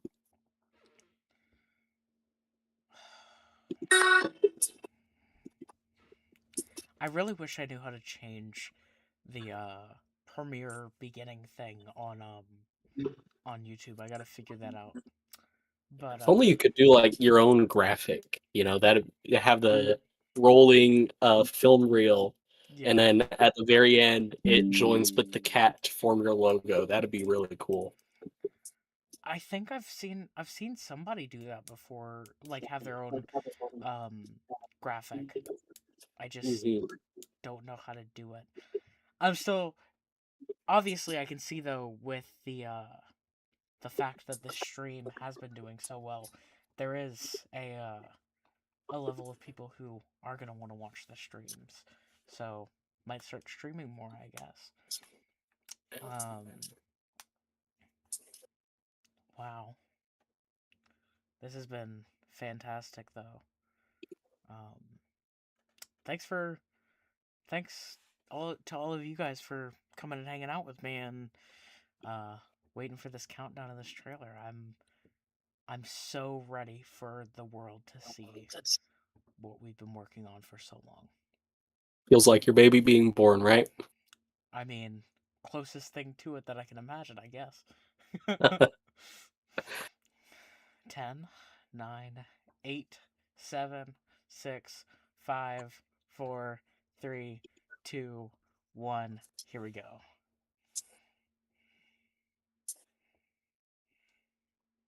Johnson, what do we have? Montoya. Vic's name is Susan Jacobs. You think she was? The killer calls himself the Bloodhaven Ripper. The killer calls himself... This is Devin Taylor, reporting live from Wolfman Street. They will no longer call you Nightwing. They will call you Diced Chicken. Come on, big guy. Let's dance. I didn't know we could do that. Do you secretly have some dark daddy issues I don't know about? Holy crap! It's right out of his playbook, huh? Oh god, not you too. A week, Barbara. He had a week to find the Joker after what he did to you. What are you brooding out here for? Hey! What do you mean gone? He's my brother. I don't know what to do. He did look, okay? He did. I love you. Special delivery from Miss Gordon. Barbara! 99 Gordon. Gordo. He tears himself apart over the people he can't save, over the words he didn't say, over the moments he wishes he could take back. You need your son. You're Robin. Your responsibility is to be Batman's sidekick. Well, then I'm not Robin. Fine. I'll leave you alone then. Oracle, lights out.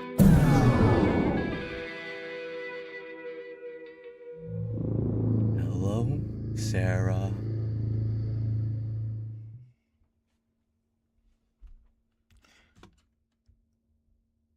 And that's the trailer. That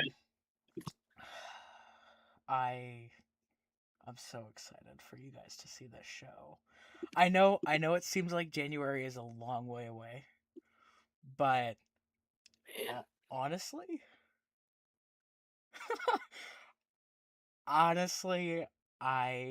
oh man, the words, only words could describe. I mean, this as we've covered on the stream today, this has been a long time coming, and it'll be most certainly worth the wait. And yeah, I guess. Do you guys want to watch it one more time? One more time? Let's. One more time. Detective Grayson. Montoya. Johnson, what do we have? Vic's name is Susan Jacobs. You think she was? The killer calls himself the Bloodhaven Ripper. This is Devin Taylor, reporting live from Wolfman Street. They will no longer call you Nightwing. They will call you Diced Chicken. Come on, big guy. Let's dance. I didn't know we could do that. Do you secretly have some dark daddy issues I don't know about? Holy crap! It's Right out of his playbook, huh? Oh god, not you too. A week, Barbara. He had a week to find the Joker, after what he did to you. What are you brooding out here for? Hey, What do you mean gone? he's my brother. I don't know what to do. He did look, okay? He did. I love you, bro. Special delivery from Miss Gordon. Barbara! Nighty-night, Gordo. He tears himself apart over the people he can't save, over the words he didn't say, over the moments he wishes he could take back. You need your son. You're Robin. Your responsibility is to be Batman's sidekick. Well, then I'm not Robin. Fine. I'll leave you alone then. Oracle, lights out.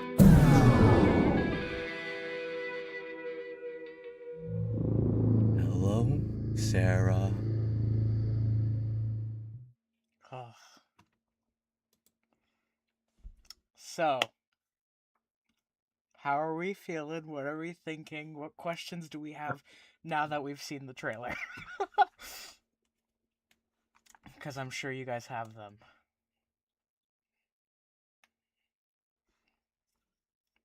Oh, I'm seeing the voices. Voices are on spot. I'm telling you guys, and you guys have seen just the tip of the iceberg.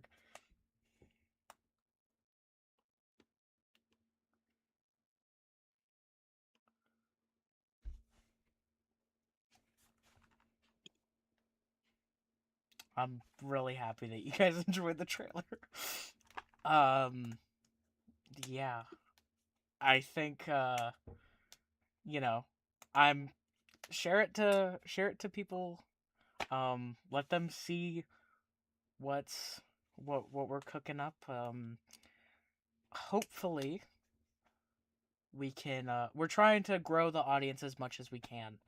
And yeah. I want to know who you might need in the future, keep an eye out on your TikTok. 100% will. Yeah. I mean, I appreciate it. Yeah. I plan on posting it everywhere. Um, or at least posting as much attraction to how many episodes will we get to watch this story unfold within. So it will be 8 episodes. That will 8 episodes that will definitely have a strong emotional impact. The show will be coming out at the very beginning of January next year. And over the course up to February, the end of February, we will be posting it. I do plan on having watch parties, and there will be a companion podcast to the show that will release the Sunday after every episode. Every episode will release on a Friday, and then the companion will come out on that Sunday. We will probably have the watch parties on the Friday when the episode releases, which will not be at midnight. Will probably be closer to 5 or 6 p.m. But yeah, we're still trying to figure out the details, but we're putting together the first episode. If you would like to see the episode live, I plan on having a very early screening of it for Patreon members. So if you would like to join us, that will be at the $3 tier at patreon.com/SleepyCatFilms. I'm going to go ahead and drop that back into the chat. Where is my... There we go. Where is my... Let's see. Where is my mind? For Love that song.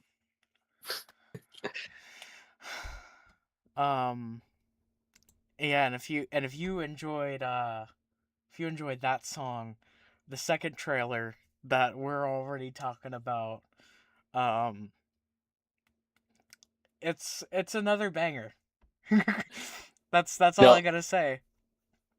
something cool about 505, the Arctic Monkeys song used in this first trailer, they sampled from the soundtrack to The Good, the Bad, and the Ugly.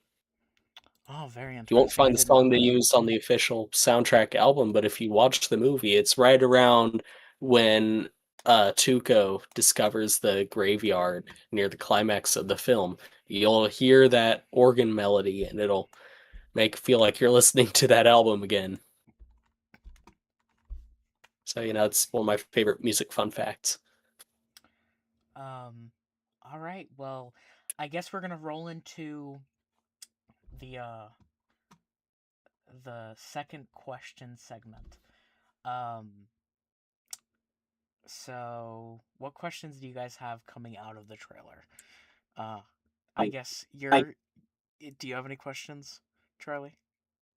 Yeah, we were talking about earlier, and I really want to hear your thoughts on it. How important it is, or I guess was, since all this has been already written, but how important it was to avoid that fridging element that is present in The Killing Joke, to give Barbara Gordon some autonomy in her own trauma, right? So I really love the character of Barbara Gordon, just like right off the rip. So when it came to expanding on her story, and also how it could play as a nice counterbalance to Dick's story, I wanted to come at it from that angle. And there's a really really good story called Oracle Year One. There's an audio adaptation of it. And I actually might end up playing that for those who end up deciding to stay, assuming and hoping we don't get flagged by by DC Comics. But there is they have this series called DC High Volume Batman, and yeah. So we saw Harley. Is the rest? So hold on, let me finish answering your question first. To sum up what I'm trying to say, Barbara's story and why I avoided just having it be part of Gordon's story is, for one, she is her own character, so she kind of deserves her own feelings related to, I guess, what it means to be Oracle and how the effect of the Joker's shot to her spine, what it really means for her going forward, and how you're not just going to come out of an experience like that where you get basically tortured by the clown. You're not going to come out of that easily. So I really wanted to add some depth. Yeah, I really wanted to add some depth to Barbara's character there, and I got really inspired by the DC High Volume Oracle Year 1 video that I might play in a little bit after we finish answering some of the questions, which, speaking of, so we saw Harley. Is the rest of the Suicide Squad going to play a role at all? Not in this show, but there may or may not be a Suicide Squad movie planned down the line in expanding the universe. Without going too much into detail, yeah. Let's see. I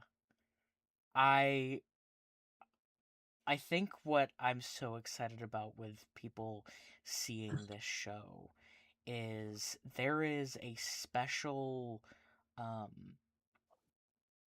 just amount of love that went into every aspect of this show, and how what it came down to really for me when making the show was what is going to be the most emotionally impactful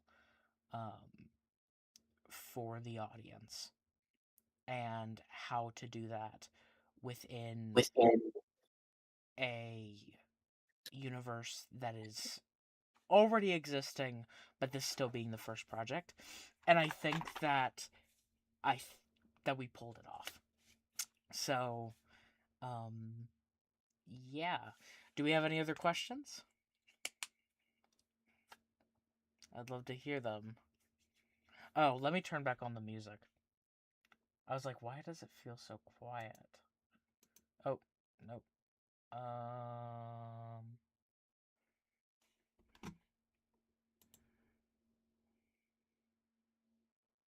Love the wallpaper, by the way. Appreciate it.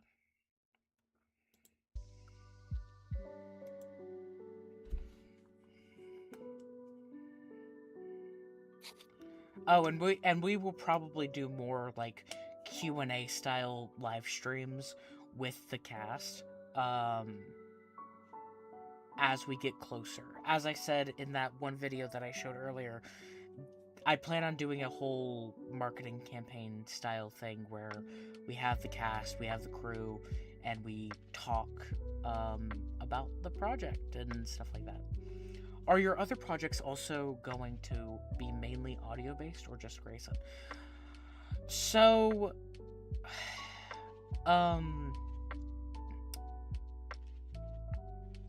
they will probably end up largely being audio based, at the very least until we are able to pull in animators. That's kind of been a rough position that that we've been in, and one of the reasons why I've been pushing Patreon so hard is with growing our Patreon, our budget grows.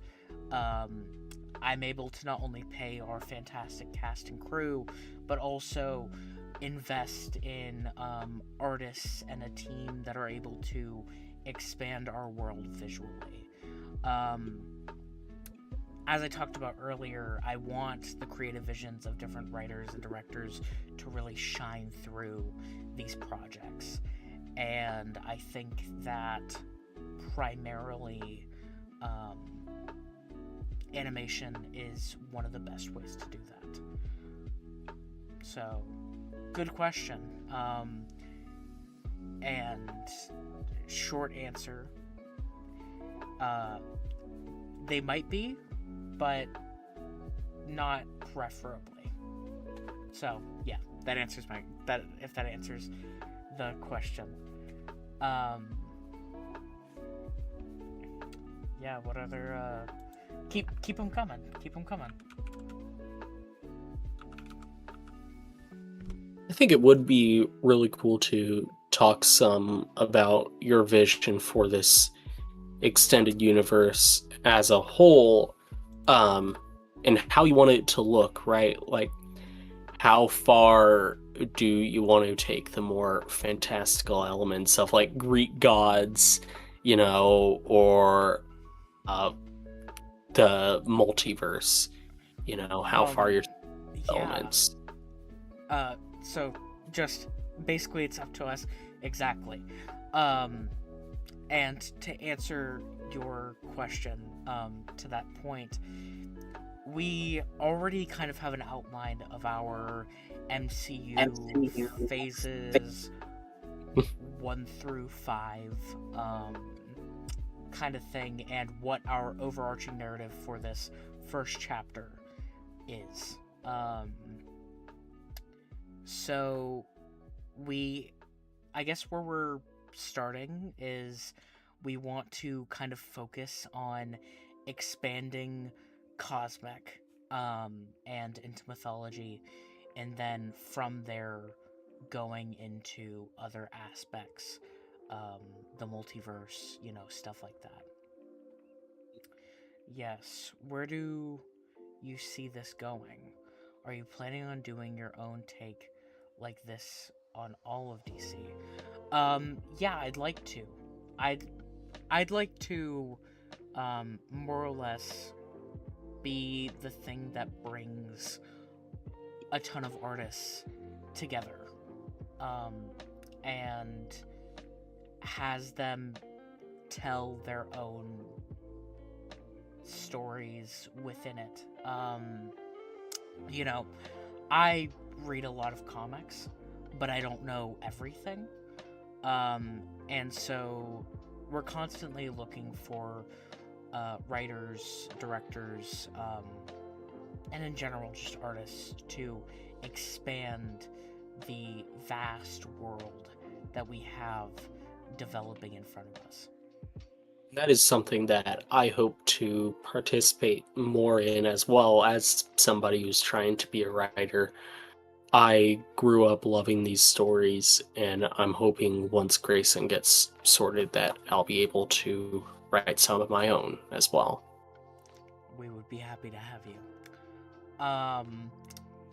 So I guess with that being said, we have some viewers dropping a little bit, cooling down a little bit. Are you only going to do DC in the foreseeable future, or do you have plans on ever branching out to Marvel? I'd like to branch out to Marvel. I'd like somebody else to kind of be the head of that, and I'd love to, down the line, even maybe do a Marvel DC crossover, because again, as you know, doing these fan projects and wanting to do something that the fans have been waiting for so long, I want to do things like that the fans have been waiting for so long. So things like, you know, a Marvel DC crossover, you know, Avengers versus Justice League style, all of that I think is really, really fascinating to me. So, yeah, I would love to go into Marvel eventually at some point. Well, I'm going to pull up this Oracle thing to show what we're talking about, and then, we'll see what we do after that. Directed by Fred Greenhalgh. Audio at... That is loud. And I'm going to copy and paste it so you can watch it from your end, so you don't get the delay of live stream. It is going to be in the VC chat on Discord. There you go. No problem. See here. You're listening to DC High Volume Batman. Let me go ahead and Barbara Gordon was Batgirl, mute. daughter of Commissioner. Where's my... There we go. Again. Okay. You're listening to DC High Volume Batman.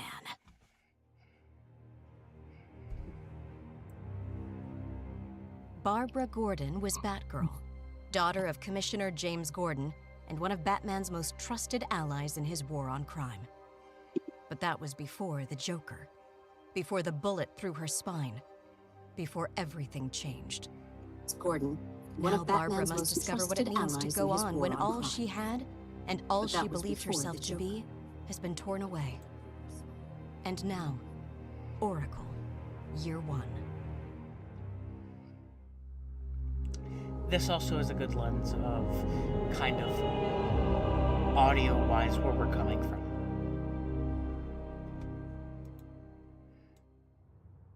Just as despair can come to one only from other human beings, hope, too, can be given to one only by other human beings. Elie Wiesel, born 1928.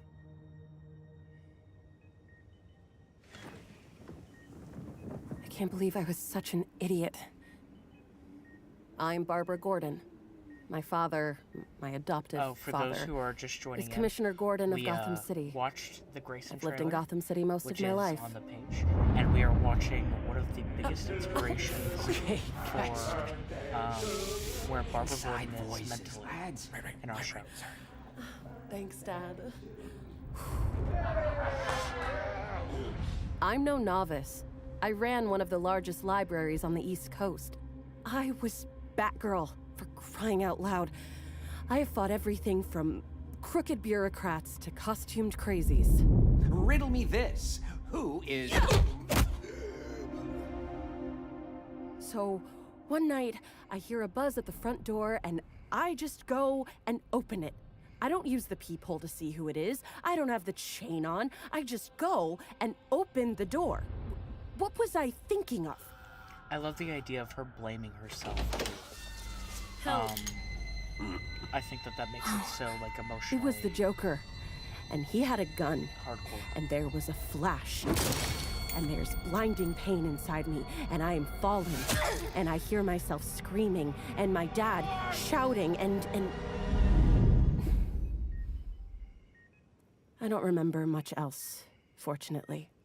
I'm not sure what else happened, except I woke up in the hospital with part of my spine shot away. And I have these nightmares.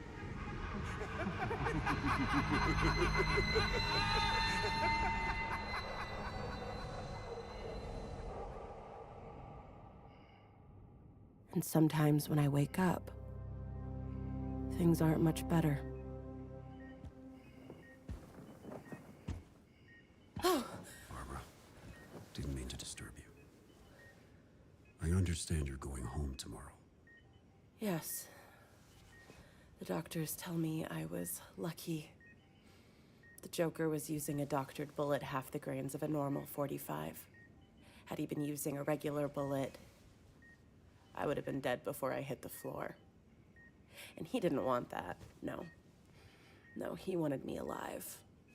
Not because I have any intrinsic worth or meaning to him, of course. No, shooting me, kidnapping my dad, it was all just a way to get at you. Do you understand how humiliating, how demeaning that is? My life has no importance save in relation to you. Even as Batgirl, I was perceived just as some weaker version of you. I caught him, Barbara. Oh, yes, I heard about that. I heard how you two stood there laughing over some private joke. Tell me, was it me?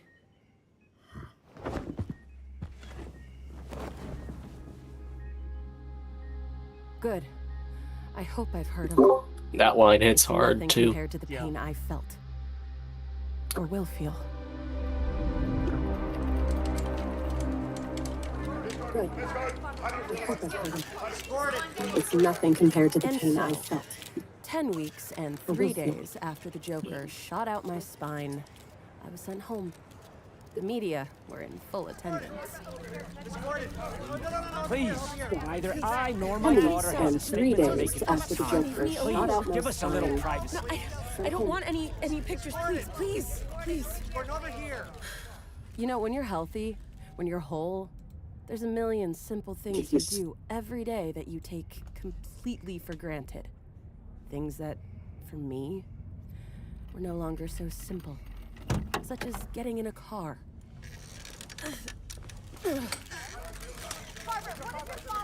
I used to jump in and jump out like most people.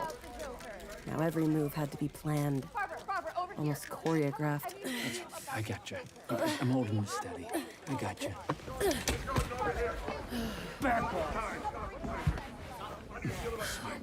Sorry about this.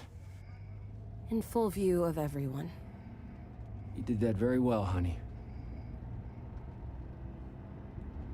You okay? No, Dad, I'm not. The press wouldn't even have bothered if I hadn't been your daughter, Dad. Yeah. I'm not me. I'm a symbol.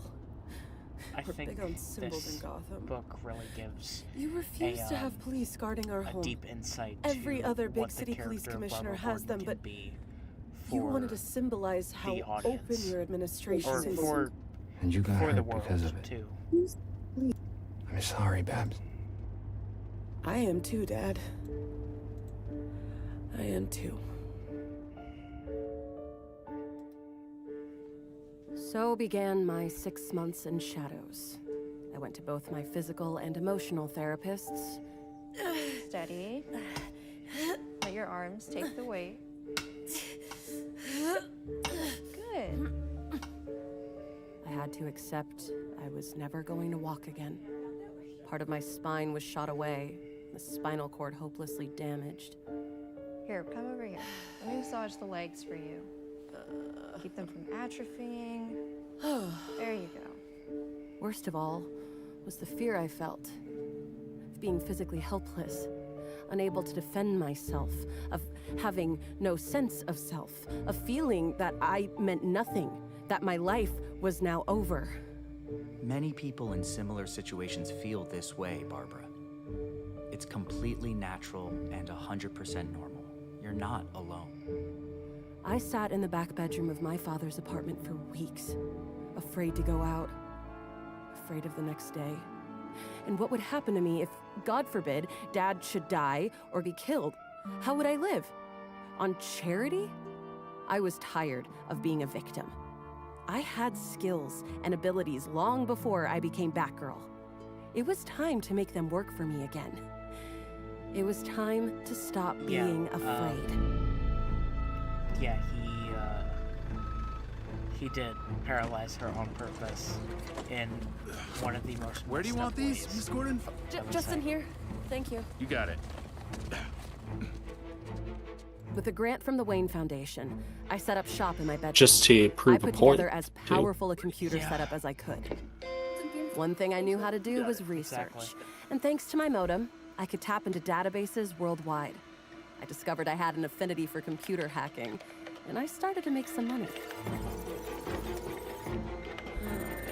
For those who are just joining potentially, we are listening to one of the biggest. I got into the internet before the general public really knew what it was. Version of I discovered a world Grayson. there. We watched the trailer, and it is out now. The internet was a community of people talking, arguing, romancing, helping one another.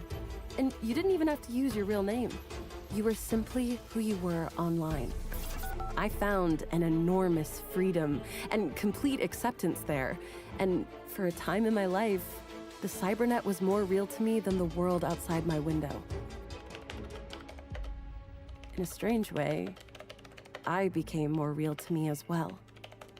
More content. More happy. This is going to hit Then, different since one you're night at putting dinner, it in a chain of 2027, events late began, age where of I am now. the internet, you know? Dad? Yeah. What's wrong? Sorry, Babs. It's work. When isn't it? New thing, Chain of really. events began. Tell me. Led Hold me on, to where can you say that again? There's this finance. This story was made when it was a new thing, Yeah. really, know so she's laundering money. I'll be We don't interesting allow. to see how you do it. She Tell me. does stuff with financier, computers. a woman by the name of... I know it's your field, honey, but I hate him. Poor Dad. He was a Stuff Luddite when with it came to computers. Still, I was intrigued. Armed with his #1 dad mug and our bottomless caffeine supply, I started to ask around the internet what my friends might know about this Ashley Mavis Powell.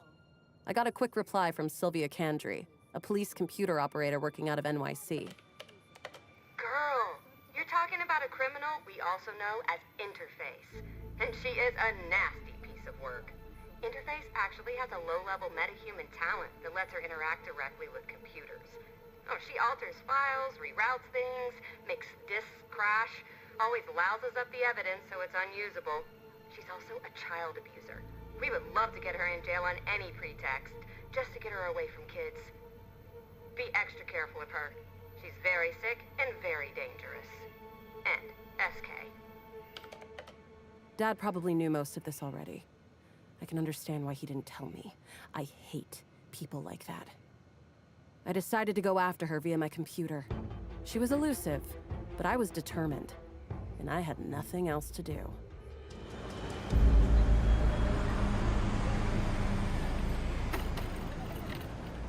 At Dad's insistence, I started going out more, making my way around the city. He was right, of course, but I didn't like it. I was a gymnast at one time. I was a dancer. I loved how my body moved. Now I just felt conspicuous and clumsy. I used to walk everywhere, and the traffic never bothered me. Now, I'd come to a busy street corner, and I'd feel myself start to panic. Trying to get across, Oh, that's all right. I can do it myself. I really don't need any help. I'm not offering my help. My name is Ashley Mavis Powell, and it has come to my attention that you are sticking your nose into my affairs, you little cripple, and I don't like it. Go play in the traffic, little girl.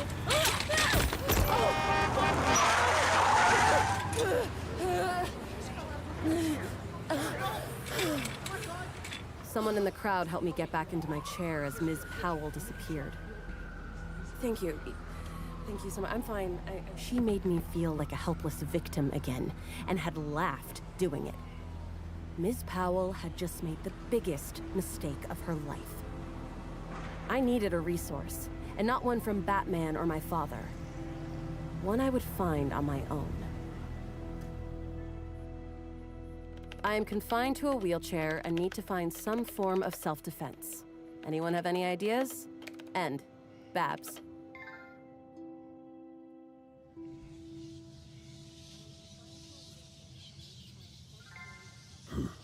I get into character. Babs, I know someone who might be able to help you. I've taken the liberty of setting the wheels in motion. If interested, be in Robinson Park, just past the Centergraph. A little afternoon. Hope it works out. And matches. Hope this helps, Barbara.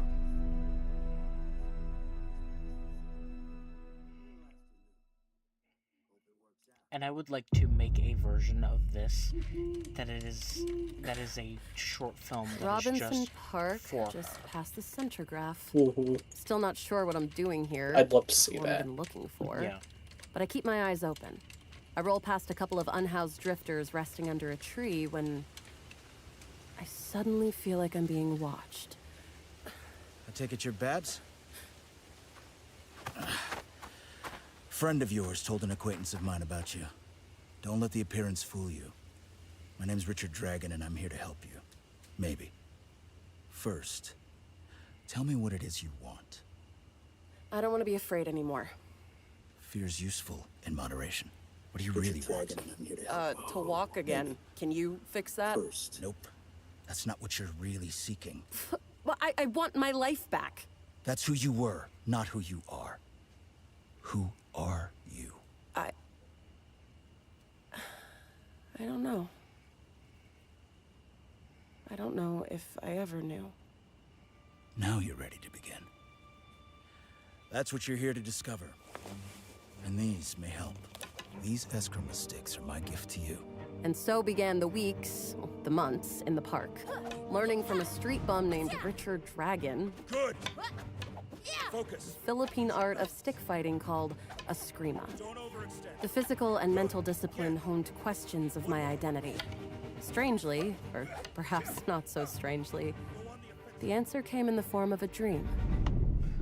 In my dream, I am walking. I am dressed as Batgirl once more. I know, with a dreamer's certainty, that I am in classical Greece. Just as instinctively, I know I am at Delphi, and the masked woman before me is the priestess who speaks for the gods, the Oracle. Speak, child. Ask me your question. I know I am at... I've lost so much. I've lost everything I thought I was. Who am I now? How do I go on? You have lost nothing that matters. You have everything you need. Everything before leads up to now, and now leads to what shall be. I don't understand. Take away your mask, and I will take away mine.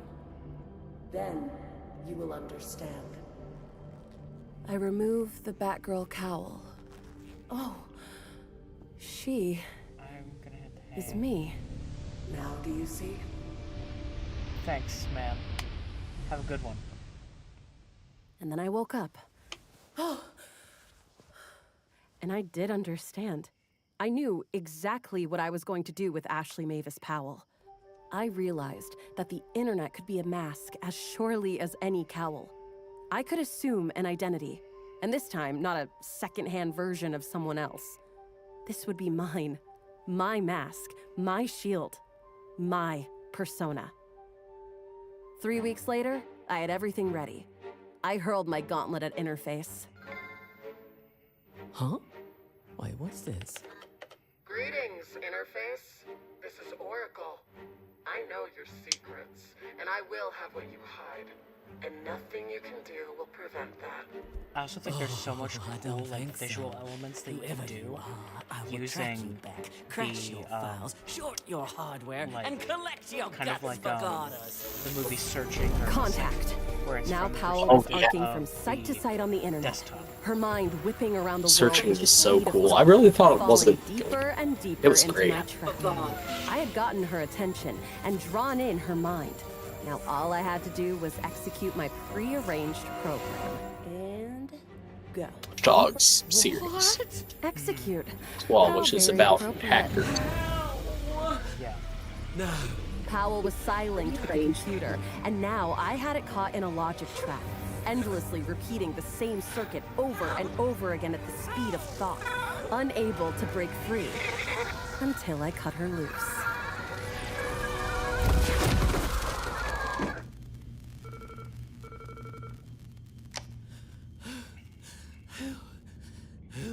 Who is this? I activated the voice scrambler.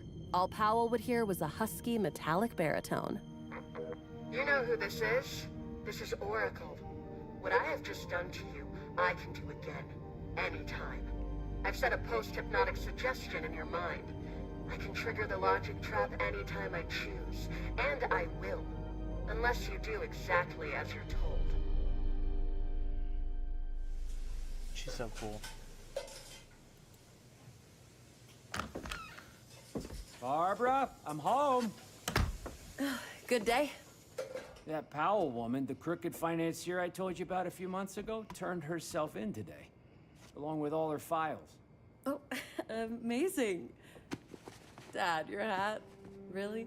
Hey, it looks good on you. It does, huh?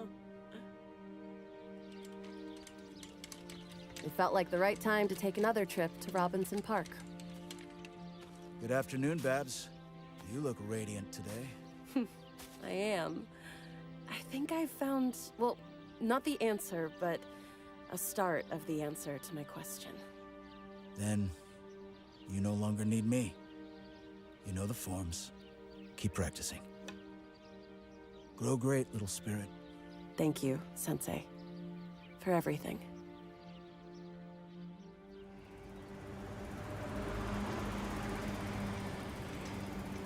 A little over a year has passed since my old life ended, since I died and was reborn. The shadows remain, but only to give contrast to the light. I'm no longer a distaff impersonator of someone else. I am me, more than I have ever been. My life is my own. I embrace it, and the light, with a deep, continuing joy.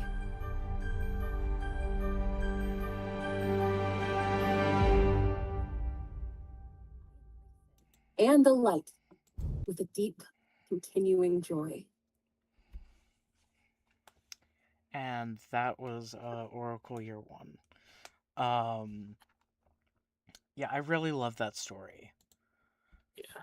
And I honestly, that was kind of the biggest inspiration when it came to doing Barbara's character in the show. And also something that we talked a lot about too in the writer's room when we finally grew one was, what is the timeline like? And I got asked a question about the timeline earlier.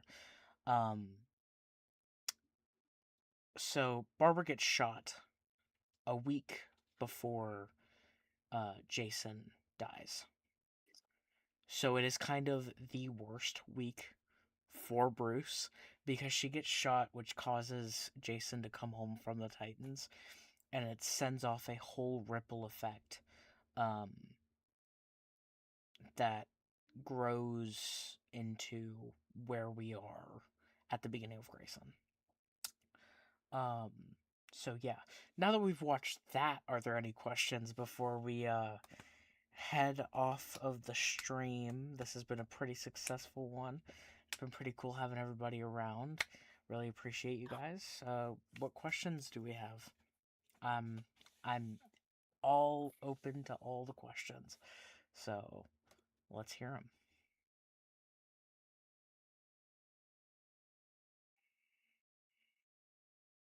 That's gonna take a second.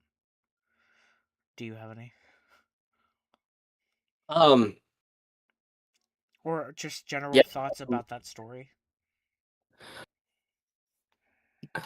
Yeah, I think that is one especially that you should put at the top of your list to adapt, especially changing it into this, 21st century setting at the twilight of this digital age that started in like 2001, being able to look back at all that, like I'm looking at the comic panels that they display, and I'm looking at these really bulky computers. Yeah. And it's so funny to me now because I'm on my laptop right now, and this can fit in a folder. Yeah. so thin, you know. Um, I think having that element of displaying how much technology has advanced and how much the internet has changed, I think that'd be really cool to display. For those who are just joining us, we have watched the trailer. It's on the page. Um, so go ahead and go over and give that love. But what we're talking about right now is we're doing the Q&A stuff, and we are talking about influences. Um, so we have, again, from Again, from Bella, who has been sticking through and staying strong in chat. our OGs. Was there a specific story you used to influence Grayson as you did with Barbara? I would say not specifically, but more vibe wise. I think I came from a perspective of wanting to get Dick Grayson to become his endpoint being kind of like the Tom Taylor run on Nightwing, kind of where he is emotionally, mentally, and being the glue of the universe there. Um, and where we're kind of starting off is emotionally, he's almost where he is in Nightwing Year One, which is a really great story that is about Dick Grayson first becoming Nightwing. So while there wasn't necessarily a direct influence like The Killing Joke and like Oracle Year One influenced me into doing Barbara's story, there were tonal and emotional character influences from where we were starting at.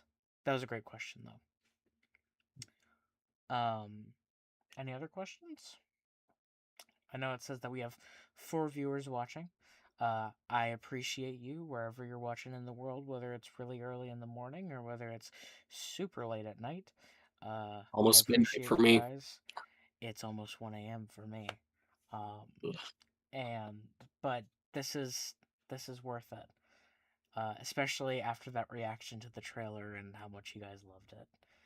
I am here to answer all the questions you may have.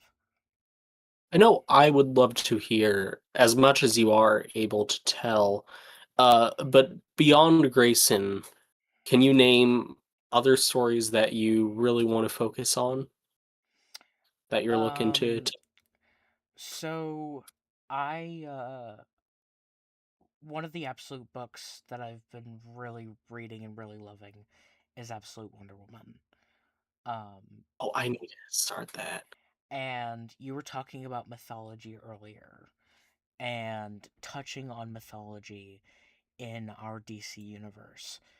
So I suppose talking about stories that are inspirations and that I kind of want to tell, I have a story in my mind for Diana in our world that I really want to tell. There's also not getting too much into detail, but there is something that we are building up to, that we are laying the groundwork for the next few years in our universe. Um, that is, like I said, kind of our Infinity Saga. Um, we have our Thanos, we have our Snap or what or so what kind of thing. Uh, and we have ideas. There's a specific story, a Superman story that I have in mind that I want to tell as well. And just like the trauma of this of where Dick is right now in Grayson, um there is a story that I have in mind that springboards right after Grayson, which will make sense after you watch the show, trust me. There is a there is a thing in the last episode that helps springboard into a whole new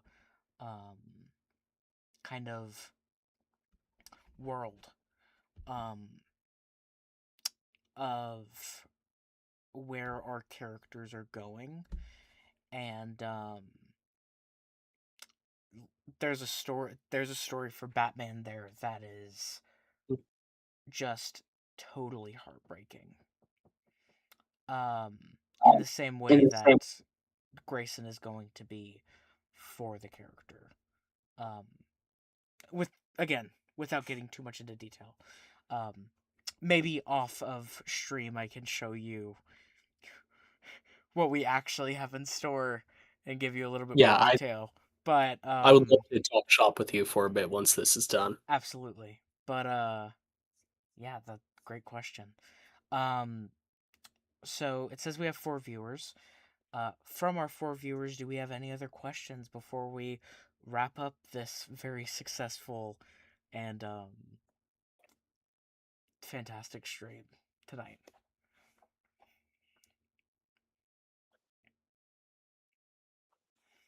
Come on, y'all, give us something to close out with. Come on, give us a banger. Well, you know what? My father works a lot in podcasting and news, and whenever he does interviews, he always likes to close out by asking his subject, which is better, burgers or tacos? Tacos. I love burgers. I love a good barbecue burger, but like, okay, tacos. Here's my thing. There's so much variety to it. I feel like over a burger almost.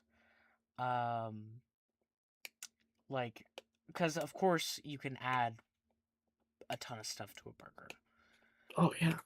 You ever have an egg on a burger? You ever have mac and cheese on a burger? That sounds really good. I've never. It's had mac and enough cheese to on a kill a burger. man, but it's a good way to go. But what I will say, and why I think tacos are better, is you can put chicken, you can put beef, you can put chorizo, you can put so many different types of meat, and there's so much more variety, I think, to what you can do with a taco. And I have the kind of flavor palette where it's like I don't want to eat the same thing constantly. I love eating the same thing constantly. So for our new viewers or viewer, we just recently watched Oracle Year 1 from DC High Volume. That it was a big inspiration for her character in our show Grayson. We did watch the trailer, which maybe that's the thing that we'll do to wrap out this fantastic stream. Watch the trailer one more time and then head off. Yeah, if you guys have any questions, go ahead and throw them in the chat. And yeah, so last chance. Last chance. Closing time is about to play. No, it's not. We'll get caught. I know who I want to take me home. I know who I want to take me home. I love that. Better press play on the trailer. Detective Grayson. Montoya. Johnson. What do we have? Vic's name is Susan Jacobs. You think she was? The killer calls himself the Bloodhaven Ripper. This is Devin Taylor, I love reporting live from Wolfman Street. They will no longer call you Nightwing. They will call you Diced Chicken. I think Come on, beat big drop guy. really hits. Let's dance. Mm-hmm. I didn't know we could do that. Do you secretly have some dark daddy issues I don't know about? Holy crap! It's right out of his playbook, huh? Oh god, not you too. A week, Barbara. He had a week to find the Joker after what he did to you. What are you brooding out here for? Hey, What do you mean gone? he's my brother. I don't know what to do. He did look okay. He did. I love you, bro. Special delivery from Miss Gordon. Nighty-night, Gordo. He tears himself apart over the people he can't save, over the words he didn't say, over the moments he wishes he could take back. He needs your son. You're Robin. Your responsibility is to be Batman's sidekick. Well, then I'm not Robin. Fine. I'll leave you alone then. Oracle, lights out.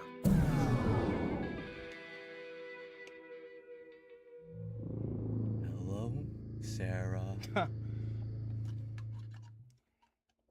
Alright. Well, I believe that is the best way to end this stream. Thank you so much for watching, and don't forget to like and subscribe, all the things, and yeah, I will catch you guys later. Peace.